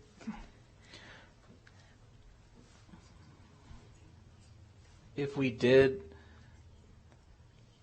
Dr. Taylor, are you available the morning of the 15th? So so if we're concerned about traveling with Easter, we could do the morning of the 14th prior to our board meeting, and then the morning of the 15th. So then they can travel on the 13th, if that works for people. Pay your taxes, 15th tax day. The only, and I just can't quite remember all of our timeline issues. If that gets us through round one of in-person interviews, but that would, I believe, delay the town hall and round two interviews until, or not round two interviews, but finalists until May, because I think we're all then, various of us are gone the rest of the month of April. And I can't remember if that. Boy, that's a long time to wait. Yeah. Oof. There were several of you had big chunks of time, and I can't remember what they were either. I have the biggest one, the 23rd of April to the 13th of May. Yeah. When do you leave? The 28th of April is our trip to DC for the 27th of April. And I'm not back till the 22nd, so you and I hit. Would the 7th and 8th, if we did some interviews the evening of the 7th and then some the morning of the 8th, with the goal of being done at 11:30 work? The 7th and the 8th. Works for me. And then we could do round two town hall sometime the next week. You leave at midnight on the 15th? So we would just want to try to have, so if we're doing the two kind of interview or the set decision points, we have the 7th, 8th, and then we could schedule something possibly the 15th for. I'm verifying that's not midnight on the 14th. I don't think I'd do that to myself because we have a board meeting. So I'm pretty sure it's the 15th. Okay. I wouldn't be that night. I wouldn't do that because I'm driving to San Francisco. So it's the 15th. Okay. If we were to do that, then Chief General Counsel wants to be concerned of us all being there because we're going to be here. We have a board meeting on the 14th. Right. And then I'll be here. and then that's happening. And then the 15th, we come back and have our meeting. I see. Chief Communications Officer. For the record, I'm Irene Payne, Chief Communications Officer. When you were talking about the 8th, I believe, Melina, you, President Raymond, you and the interim superintendent have a presentation at 9. Chamber, yeah. I just didn't know if that could be delayed. I don't know the answer to that either, but I'm just checking everyone's calendars to try and make sure that we don't miss anything. I'm sure they would be willing to be flexible. This is pretty important. This is kind of important. Yeah. So if I could just summarize what I think I heard. So the afternoon of the 7th and the morning of the 8th would be round one. And then the round two we would have the town hall on the evening of the 14th, and then round 2 would be the morning of the 15th, and the decision would be made on the 15th. Is that what I'm hearing? That work? I'm sorry, when were the town hall dates again? It would be at the same time we're having our regular meeting of the Board of Trustees. There might be some things on that April 14th agenda that people would want to be here for. That's the only thing that worries me on that.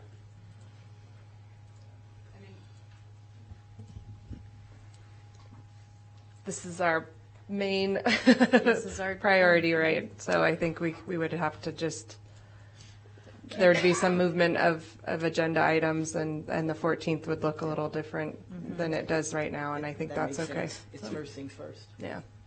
So. First things first. It is we're talking about the round 2 interviews, though, that week of the 13th. So we could have the town hall the night of the 13th. It just means they would have to wait here until the 15th to. Yeah, but if it was at night, they would have all Monday to They get have all here. day Monday. But then they'd be sitting here for Tuesday. Unless we wanted to have those final interviews the morning That of the morning? 14th, before the 4 o'clock scheduled board meeting. We could do that. Because we're only interviewing 2 or 3 people. So we could have the town hall the night of the 13th, and then have the final interviews on the morning of 14th. the 13th. 14th. The morning of the 14th, yep. And then we'd make the decision that morning. That works. Does that? Yeah. Or at the board meeting. right. Yeah. Can I ask James a question? Yes. How much travel time or how far are your people coming in order to interview? Yeah, so there's a week in between the 2 rounds 1 and round 2, including the town hall. So that's average, that's fair. And I think, again, as long as we set the expectation today that round 1 will take place on these dates, round 2, including the town hall meeting, will take place on these dates, they'll have ample time to prepare. So we'll notify them, give them enough of the courtesy, fair warning that these are the dates, so tentatively earmark these in your calendars. I can tell you with our other superintendent search right now, there's only 1 week in between both rounds 1 and round 2, a full consecutive week. So you're in line with that time frame.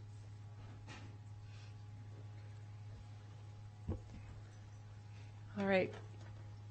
Do we need to make a motion, though, about that? Yeah. So, sorry, we were just confirming the previous motion, which did not include any dates in it, correct? So we now are making, I just need a, sorry, JJ? I believe the previous motion was to schedule the first in-person interviews between the March 30th and April 10th, but that would fall within this. Okay. Okay. Great.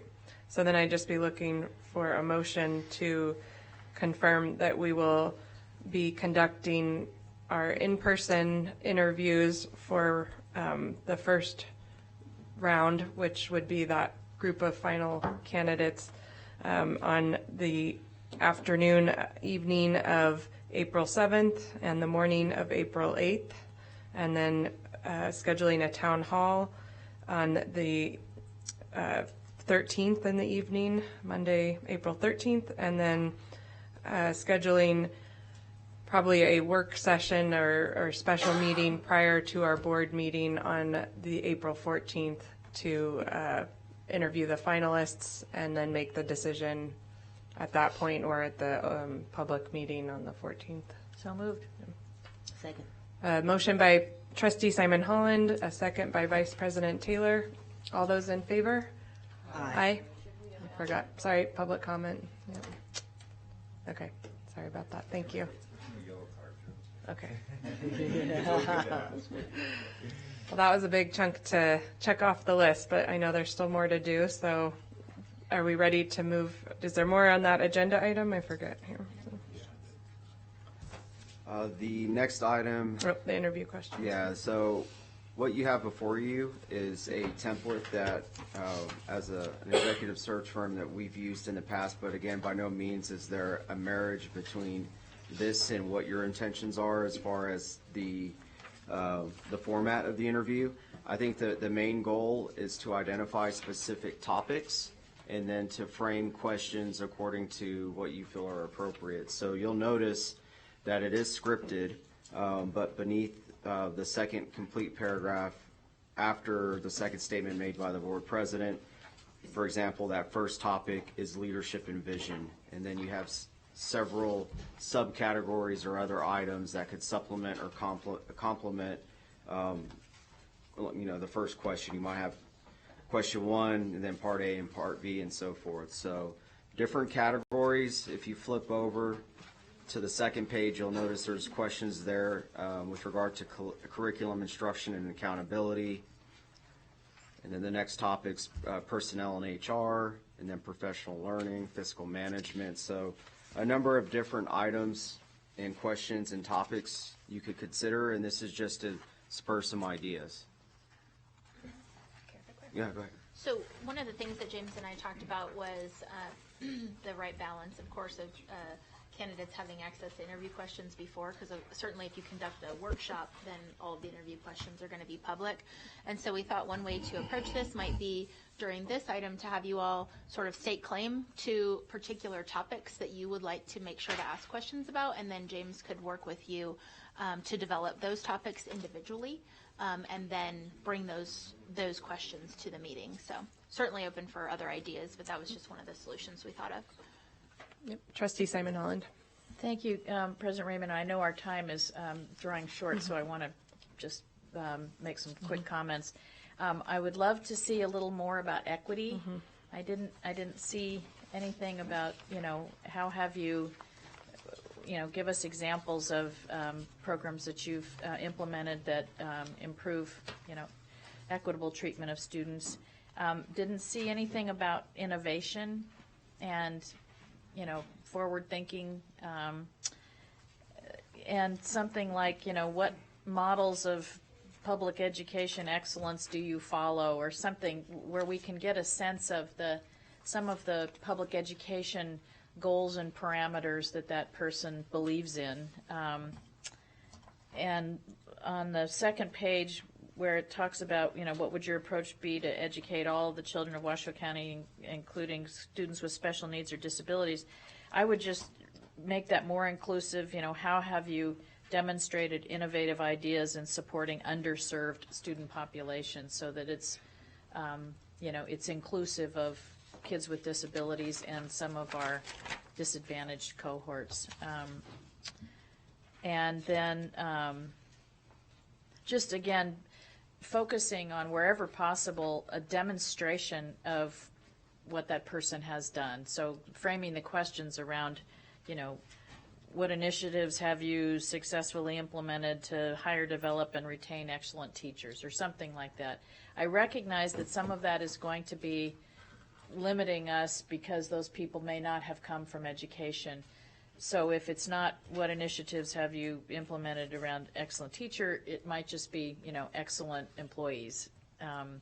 So just some of those were my thoughts about things that I just hope some themes that we could get in there. Thank you, Madam President. Vice President Taylor. Thank you, Madam President. You checked off a couple of things on my list, Trustee Simon Holland, so thank you for that. In the area of HR, I would love their ideas and their thoughts about hiring a more inclusive workforce. I don't know how to coin that, if you will, but we know that our staff is a far cry from mirroring the diversity that we have in our student body, and I know that's always a challenge. Certainly that we and probably everybody else in the nation are dealing with, right? But I'd love their thoughts about that, and if they've had any success or any innovative ideas in that area. In addition to, as we began, and I know part of it is when we talk about leadership and vision, and I think as we should, We talked about successfully improved academic performance. How might that would be difficult if we're speaking to a candidate that hasn't worked in the academic field. So I'm not sure how we rephrase that similarly, but if someone came from a corporate world, they won't have an answer to that.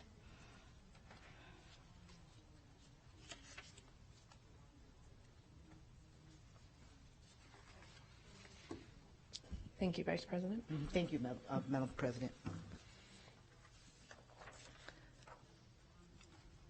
James. Yeah. So again, this document is our attempt to generate some ideas, so to present you with some topics. Those are all fantastic suggestions, and we can certainly modify this. So this is just a first iteration, I'm sure, of a few.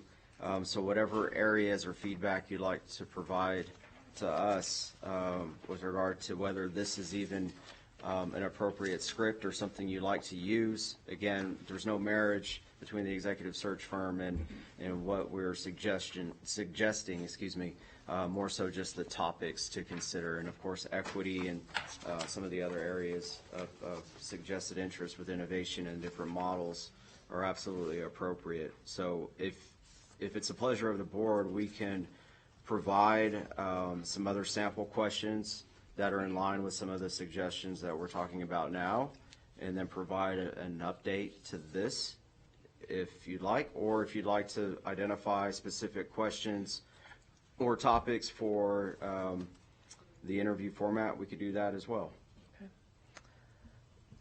Trustee Simon. Sorry, I just had one more. I don't want to get into wordsmithing today because I trust you guys, you're experts at this. I would add, based on, saying this to a candidate, based on your review of the Washoe County School District, what's your vision? What's your vision for the Washoe County School District going forward? I think that's a really important thing to add. In some of the questions I will add that, I'm sorry. No, please. Trustee Taylor. Some of the questions that and topics that you are suggesting now are actually included in the 4 questions that we're asking during the on-demand interview. Okay. So it's not, again, that's the goal of that is not to replace the in-person interview, but to give you a sense of who the candidates are, some of their experiences and their backgrounds. So some of that will be addressed in the on-demand interviews, so you'll have an opportunity to review. And do we have opportunity on March 10th to review this, whatever final, so we aren't making final decisions today on the interview questions, because on the 10th we can That's correct. really lock into what we're Our thought process was to just give you some ideas around some topics, and then to generate some ideas, and then we can, as a team, collaborate on what appropriate topics should be addressed during the interview, and we can do that on the 10th. Trustee Simon. I just wanted to close the loop on that even if it's a question that's asked on the on-demand interview, I still think it's important for us to ask it on the public record in the public meeting. And typically, how many questions would be asked of a candidate at that level, that round? So we've seen interviews structured in a 45-minute time frame to an hour and a half. I think a good practice and what we would often recommend is a 1-hour interview per candidate. Each trustee would be given the opportunity to ask the same question of each candidate for each round. So that way there's a seamless flow, again, to be very fluid, and there's a cadence. I think you get into a rhythm, and then it becomes somewhat habitual after 2 or 3. And so that way also, too, you're ensuring that you're asking the same questions of each candidate to our points earlier. Okay. So, it just depends. So if, let's just say you take, equity, you might have the primary question, but you might have a sub, a part A or a part B. So there could be a lot of different scenarios depending on the level of importance for each topic. But, I would say at a minimum, each of you would have an opportunity to ask at least one question given the time constraints. Okay, yeah. This document has 11 categories, then 12 if we add in equity. So yeah. So what we typically do, like on March 10th, for example, we provide you with a more concrete, version of this document, and then we could theoretically cross out questions that are not, perhaps needed at that time. This is, of course, time sensitive to, the state of the district now. So if something isn't necessarily as relevant as perhaps another topic, it's again, we're not married to any one of these topics. Okay. We can just exit out. Okay. Trustee Cotto? Thank you. Do you usually wait till after round one is done to create the round two questions, or do you have those already kind of set on what you would envision round two going? Yes and no. I mean, we could do it either way. We do have a repository and item bank that's fairly robust. So if that's, of interest to the board to see some of the sample questions for the final round, we can put that together as well and bring that forward for the next meeting together. So that way you can see potentially what round one looks like and then what the final round looks like. Is that why you're asking? I was just curious. Okay.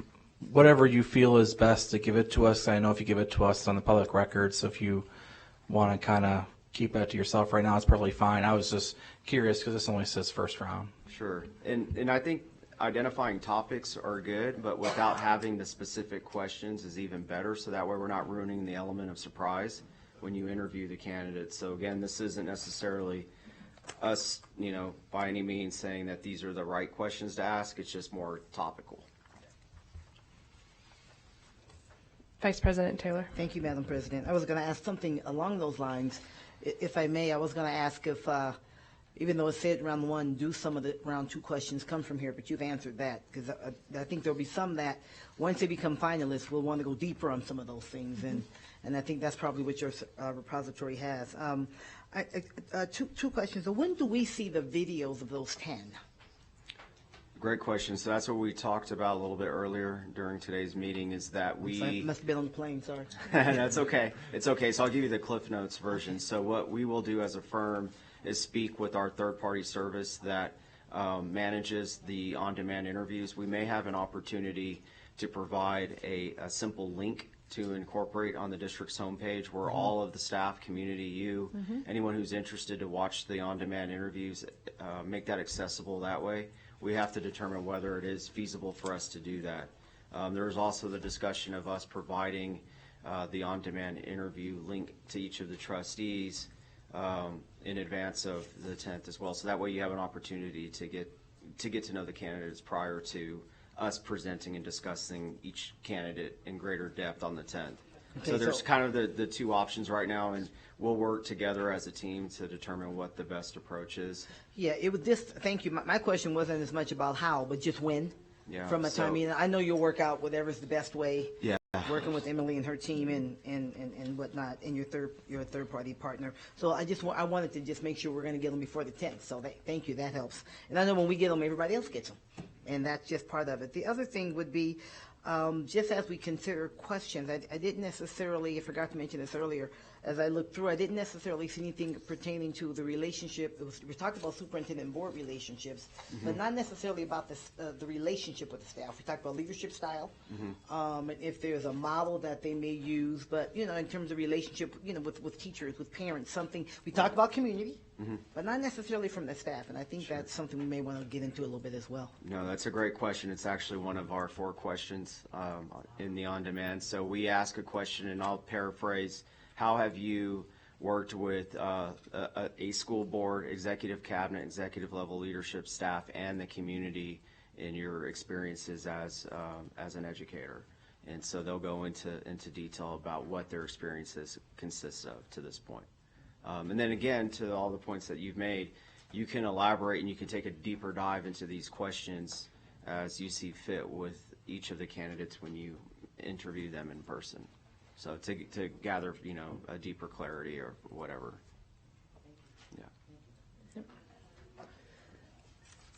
Yeah. It is challenging to think about how this looks differently for different types of candidates. I was thinking that I'd like to see a question that gets to, if it was an individual who was a sitting superintendent or a former superintendent, what their relationship with bargaining units had been in the past, but don't really need to ask that question at maybe so much of a individual that might not have been in the education arena, unless I guess they had worked.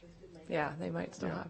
So that was something I was sort of looking for, if there, you know, not that it needs to be a standalone question, but something that would get at that, you know, we, I think, take pride in this community, on this board, about the positive working relationship with our staff, from the staff perspective, with our bargaining units, and I think that's something I'd be looking for in a candidate too. So.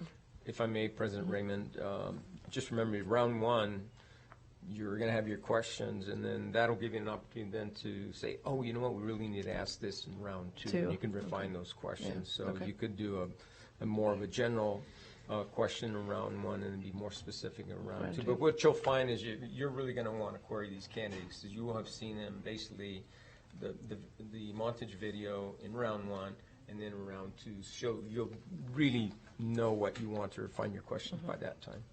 Thank you.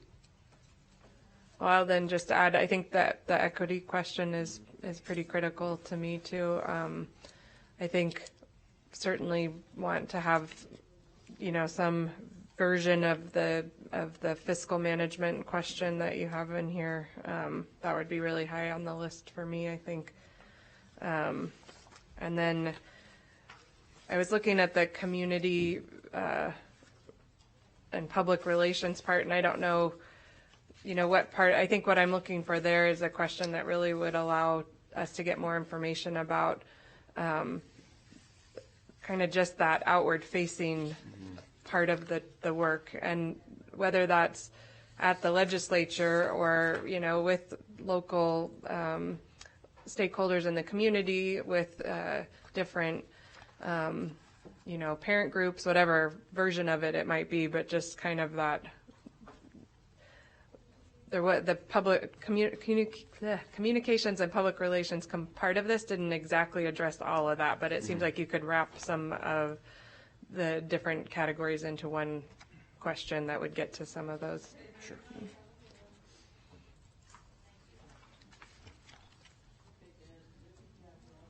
Do we need an action to take this to the next meeting? This particular part of the interview Seems questions? like we need at least to give you an action to give you that time to work on it and bring something back on March 10th. Seems like, yeah. Okay. So, does someone want to make a motion, or I can summarize? You're looking at me, Madam President.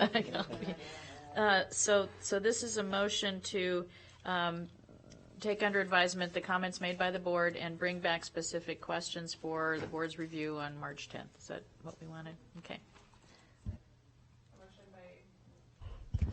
Motion by Trustee Simon Holland, second by Trustee Minetto. All those in favor? Aye. Any opposed? Is there any public comment? Thank you. Supposed to kick me.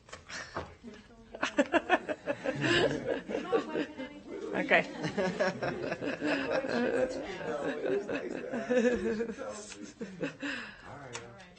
Thank you. All right, moving on.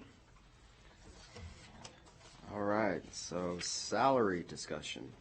So you should. So are we going up to the next agenda item? Okay, great. We'll close agenda item 2.04 and move on back up to agenda item 2.03, which is presentation, discussion, and possible action to approve a salary range and the draft contract template for the position of superintendent of schools for the Washoe County School District, and this is for possible action.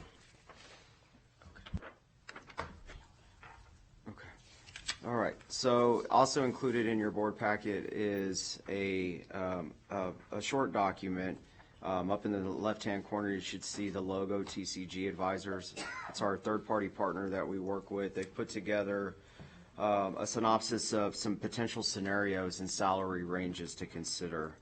The last complete paragraph, after reviewing some of the organizations such as the American Association of School Administrators, the Council of Great City Schools, and other data available, you'll notice that the recommended range of salary for Washoe, again in that last complete paragraph, is $270,000 to $300,000, and again commensurate with experience.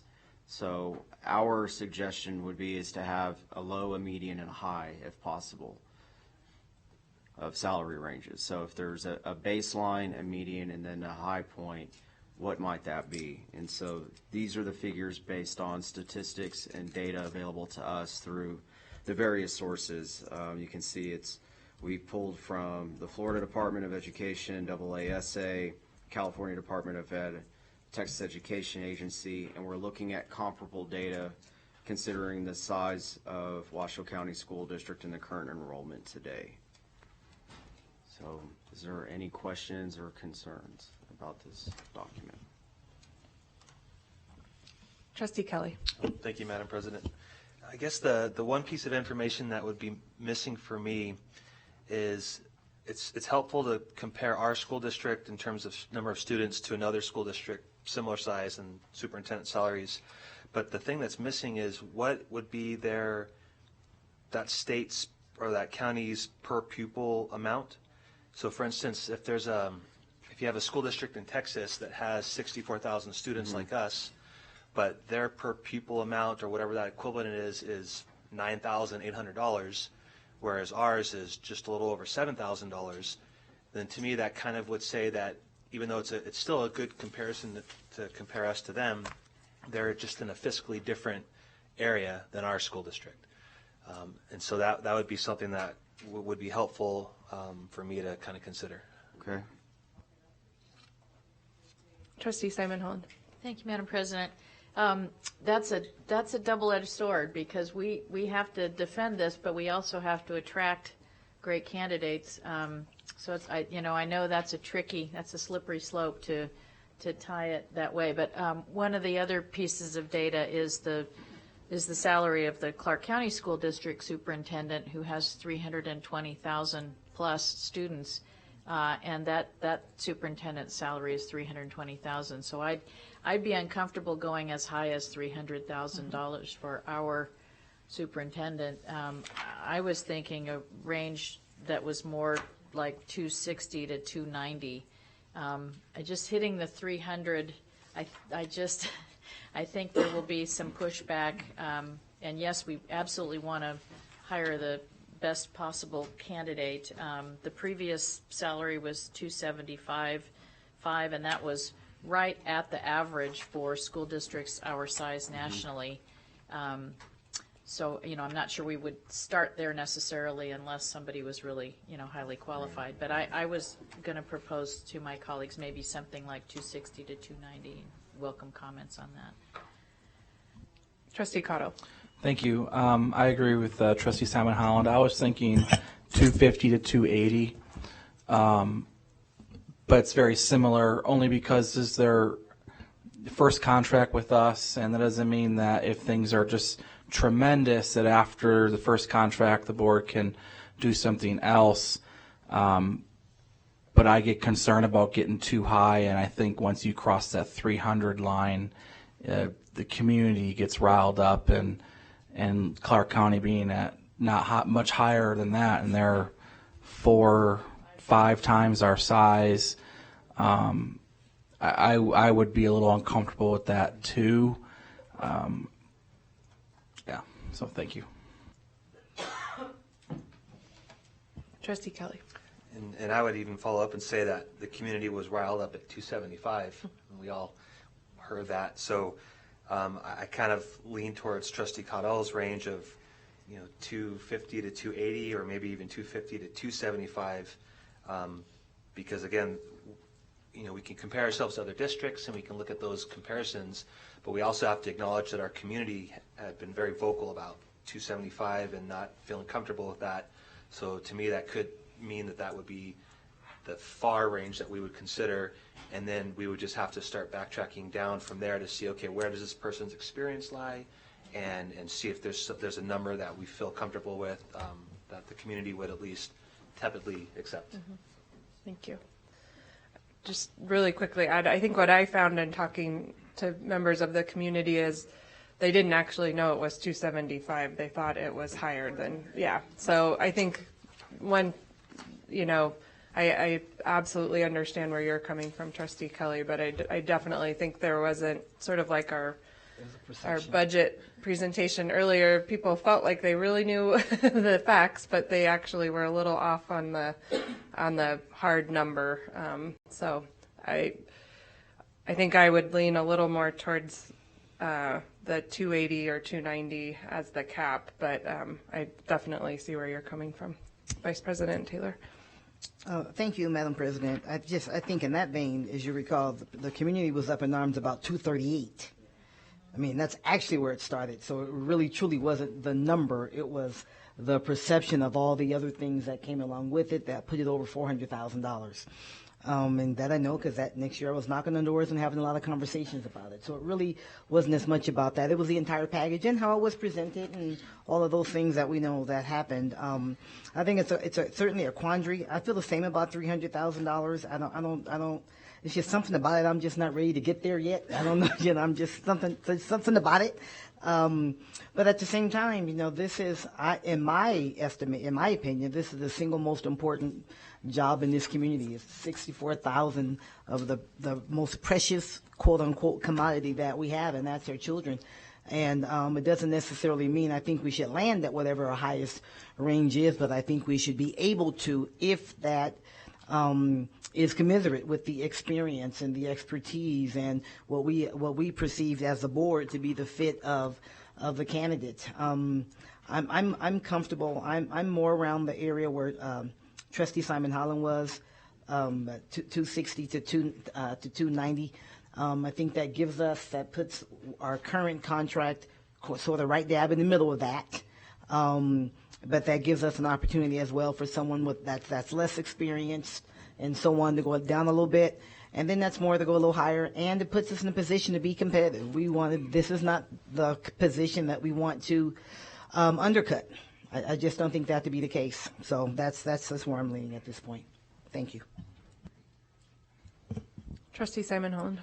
Thank you, Madam President. I'd also mention that I think on the information that you all provided us from TCG Advisors, the recommended range of salary of 270 to 300 did not include the opportunity for a performance bonus. Is that correct? That's correct. So if we and the contract does contemplate an opportunity for a performance bonus based on achievement of the adopted goals and metrics of the district. I feel comfortable coming down from what's recommended by your folks, but also not coming down too much farther because we want to make sure that we are competitive. Maybe 250 to 280 or something like that with the performance bonus opportunity. And I know we'll get to that, but I think to start out with, the performance bonus should not be more than 5%, but we'll get to that. Performance bonus opportunity. Opportunity, right. Mm-hmm. If I may, one thing that's also important to note once we get to the performance bonus piece of it is that does not get added to the salary. Right. So it does not change the salary from 260 or 250 or 270 or 90, whatever it is that we land. It's just a one-time opportunity for that employee to earn additional dollars. Again, I'm comfortable being about $10,000 off of the recommendation because again, it's just I want us to get the best person that we can and only go as high as we need to go. But I want to be able to go as high as we need to go if we find who we think is going to be the best candidate. Madam President, I also think that our trustees, I think, now have a better understanding of how hard the job of the superintendent is. It's not only that it's the most important job in our community, but it's one of the most difficult, very difficult job, and the array of expertise that a person needs to bring to us to be successful at that job is just vast.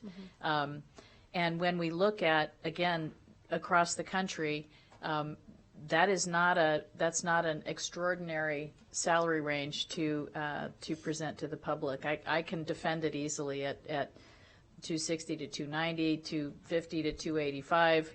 I can defend that easily because this is an extremely hard job and requires a tremendous level of expertise and dedication. So I'm comfortable in that range, and I agree. We need to make sure that we're providing a competitive salary. Thank you. Is there any other discussion? Do we have any further comments? Do we have public comment on this part? He reminded me this time. He kicked. Well, then I think I would ask for a motion on this item. If anyone, Vice President Taylor. Thank you, Madam President. I move that the Board of Trustees approves a salary range for the Superintendent of the Washington County School District of between $260,000 and $290,000 base salary per year. Okay. Is there a second on that motion? Second. I have a motion by Vice President Taylor, a second by Trustee Simon Holland. All those, or is there any further discussion on this? No. Okay. All those in favor? Aye. Any opposed? Opposed. Okay. So we have 6 for and 1 opposed. And it is about 3:50, and our next meeting is starting at 4 p.m. Right. So I'm just bringing it up for conversation that the contract, we don't need James here for that, so there is the option to move it later if we had to, or is there a time constraint on the? So ideally, we'd be able to give candidates an idea of the general terms and conditions. And I mean, it's a public document, right? So we can share the draft with James from a candidate perspective. Yeah, I think that the greatest area of interest at this point from candidates is just having a general range in mind. So we have some latitude and some breathing room to work out the finer details. Okay, I guess where I'm just coming from is this is really important, and I don't want to rush it in 10 minutes. And so if this is something that we should put off for a future meeting, and we could do that with Emily without JG consulting, then I don't want to feel too constrained time-wise. Is there, I'm seeing nodding heads, is that okay with the board that we hold off on this? And you're okay with that, Emily? Yeah, I want to be mindful that your next meeting is March 10th, so you got a lot to do that day too. So I don't know if you want to contemplate scheduling a special Emily meeting, fine with me, but just something to think about. The March 10th meeting, if we're looking at the 10 candidates, roughly how much time do you block out for each of those 10 candidates? Well, given the opportunity to provide the binders in advance, like we discussed, and potentially the on-demand interviews in some format, that'll save us a substantial amount of time on the 10th. So I would budget 2.5 hours. Okay. Because we blocked out, it's a 9 a.m. start time, and we don't, our board meeting starts at 4 p.m., so I feel pretty comfortable that we'll have time that day to address a few other issues. I think we could just try to make sure that we leave, have an agenda item at the, after the candidate review that tightens up some of those last hanging items that we've talked about today, the contract and the topical questions. Yes. Okay. Yeah, no, I think that'll be fine. Okay. I think it gives us assurances that, given the chance to provide you with the materials in advance, will free up some of that time commitment that we've identified for the 10th. Okay. All right, then we will end agenda item 2.03 with that. Terrific. And yeah, I'm going to get my thing out and make sure. JJ, do we have any closing public comment for our work session? All right.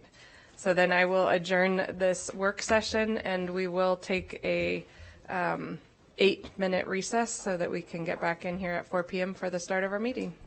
Okay, a 10-minute recess will start at 4:02. Thank you.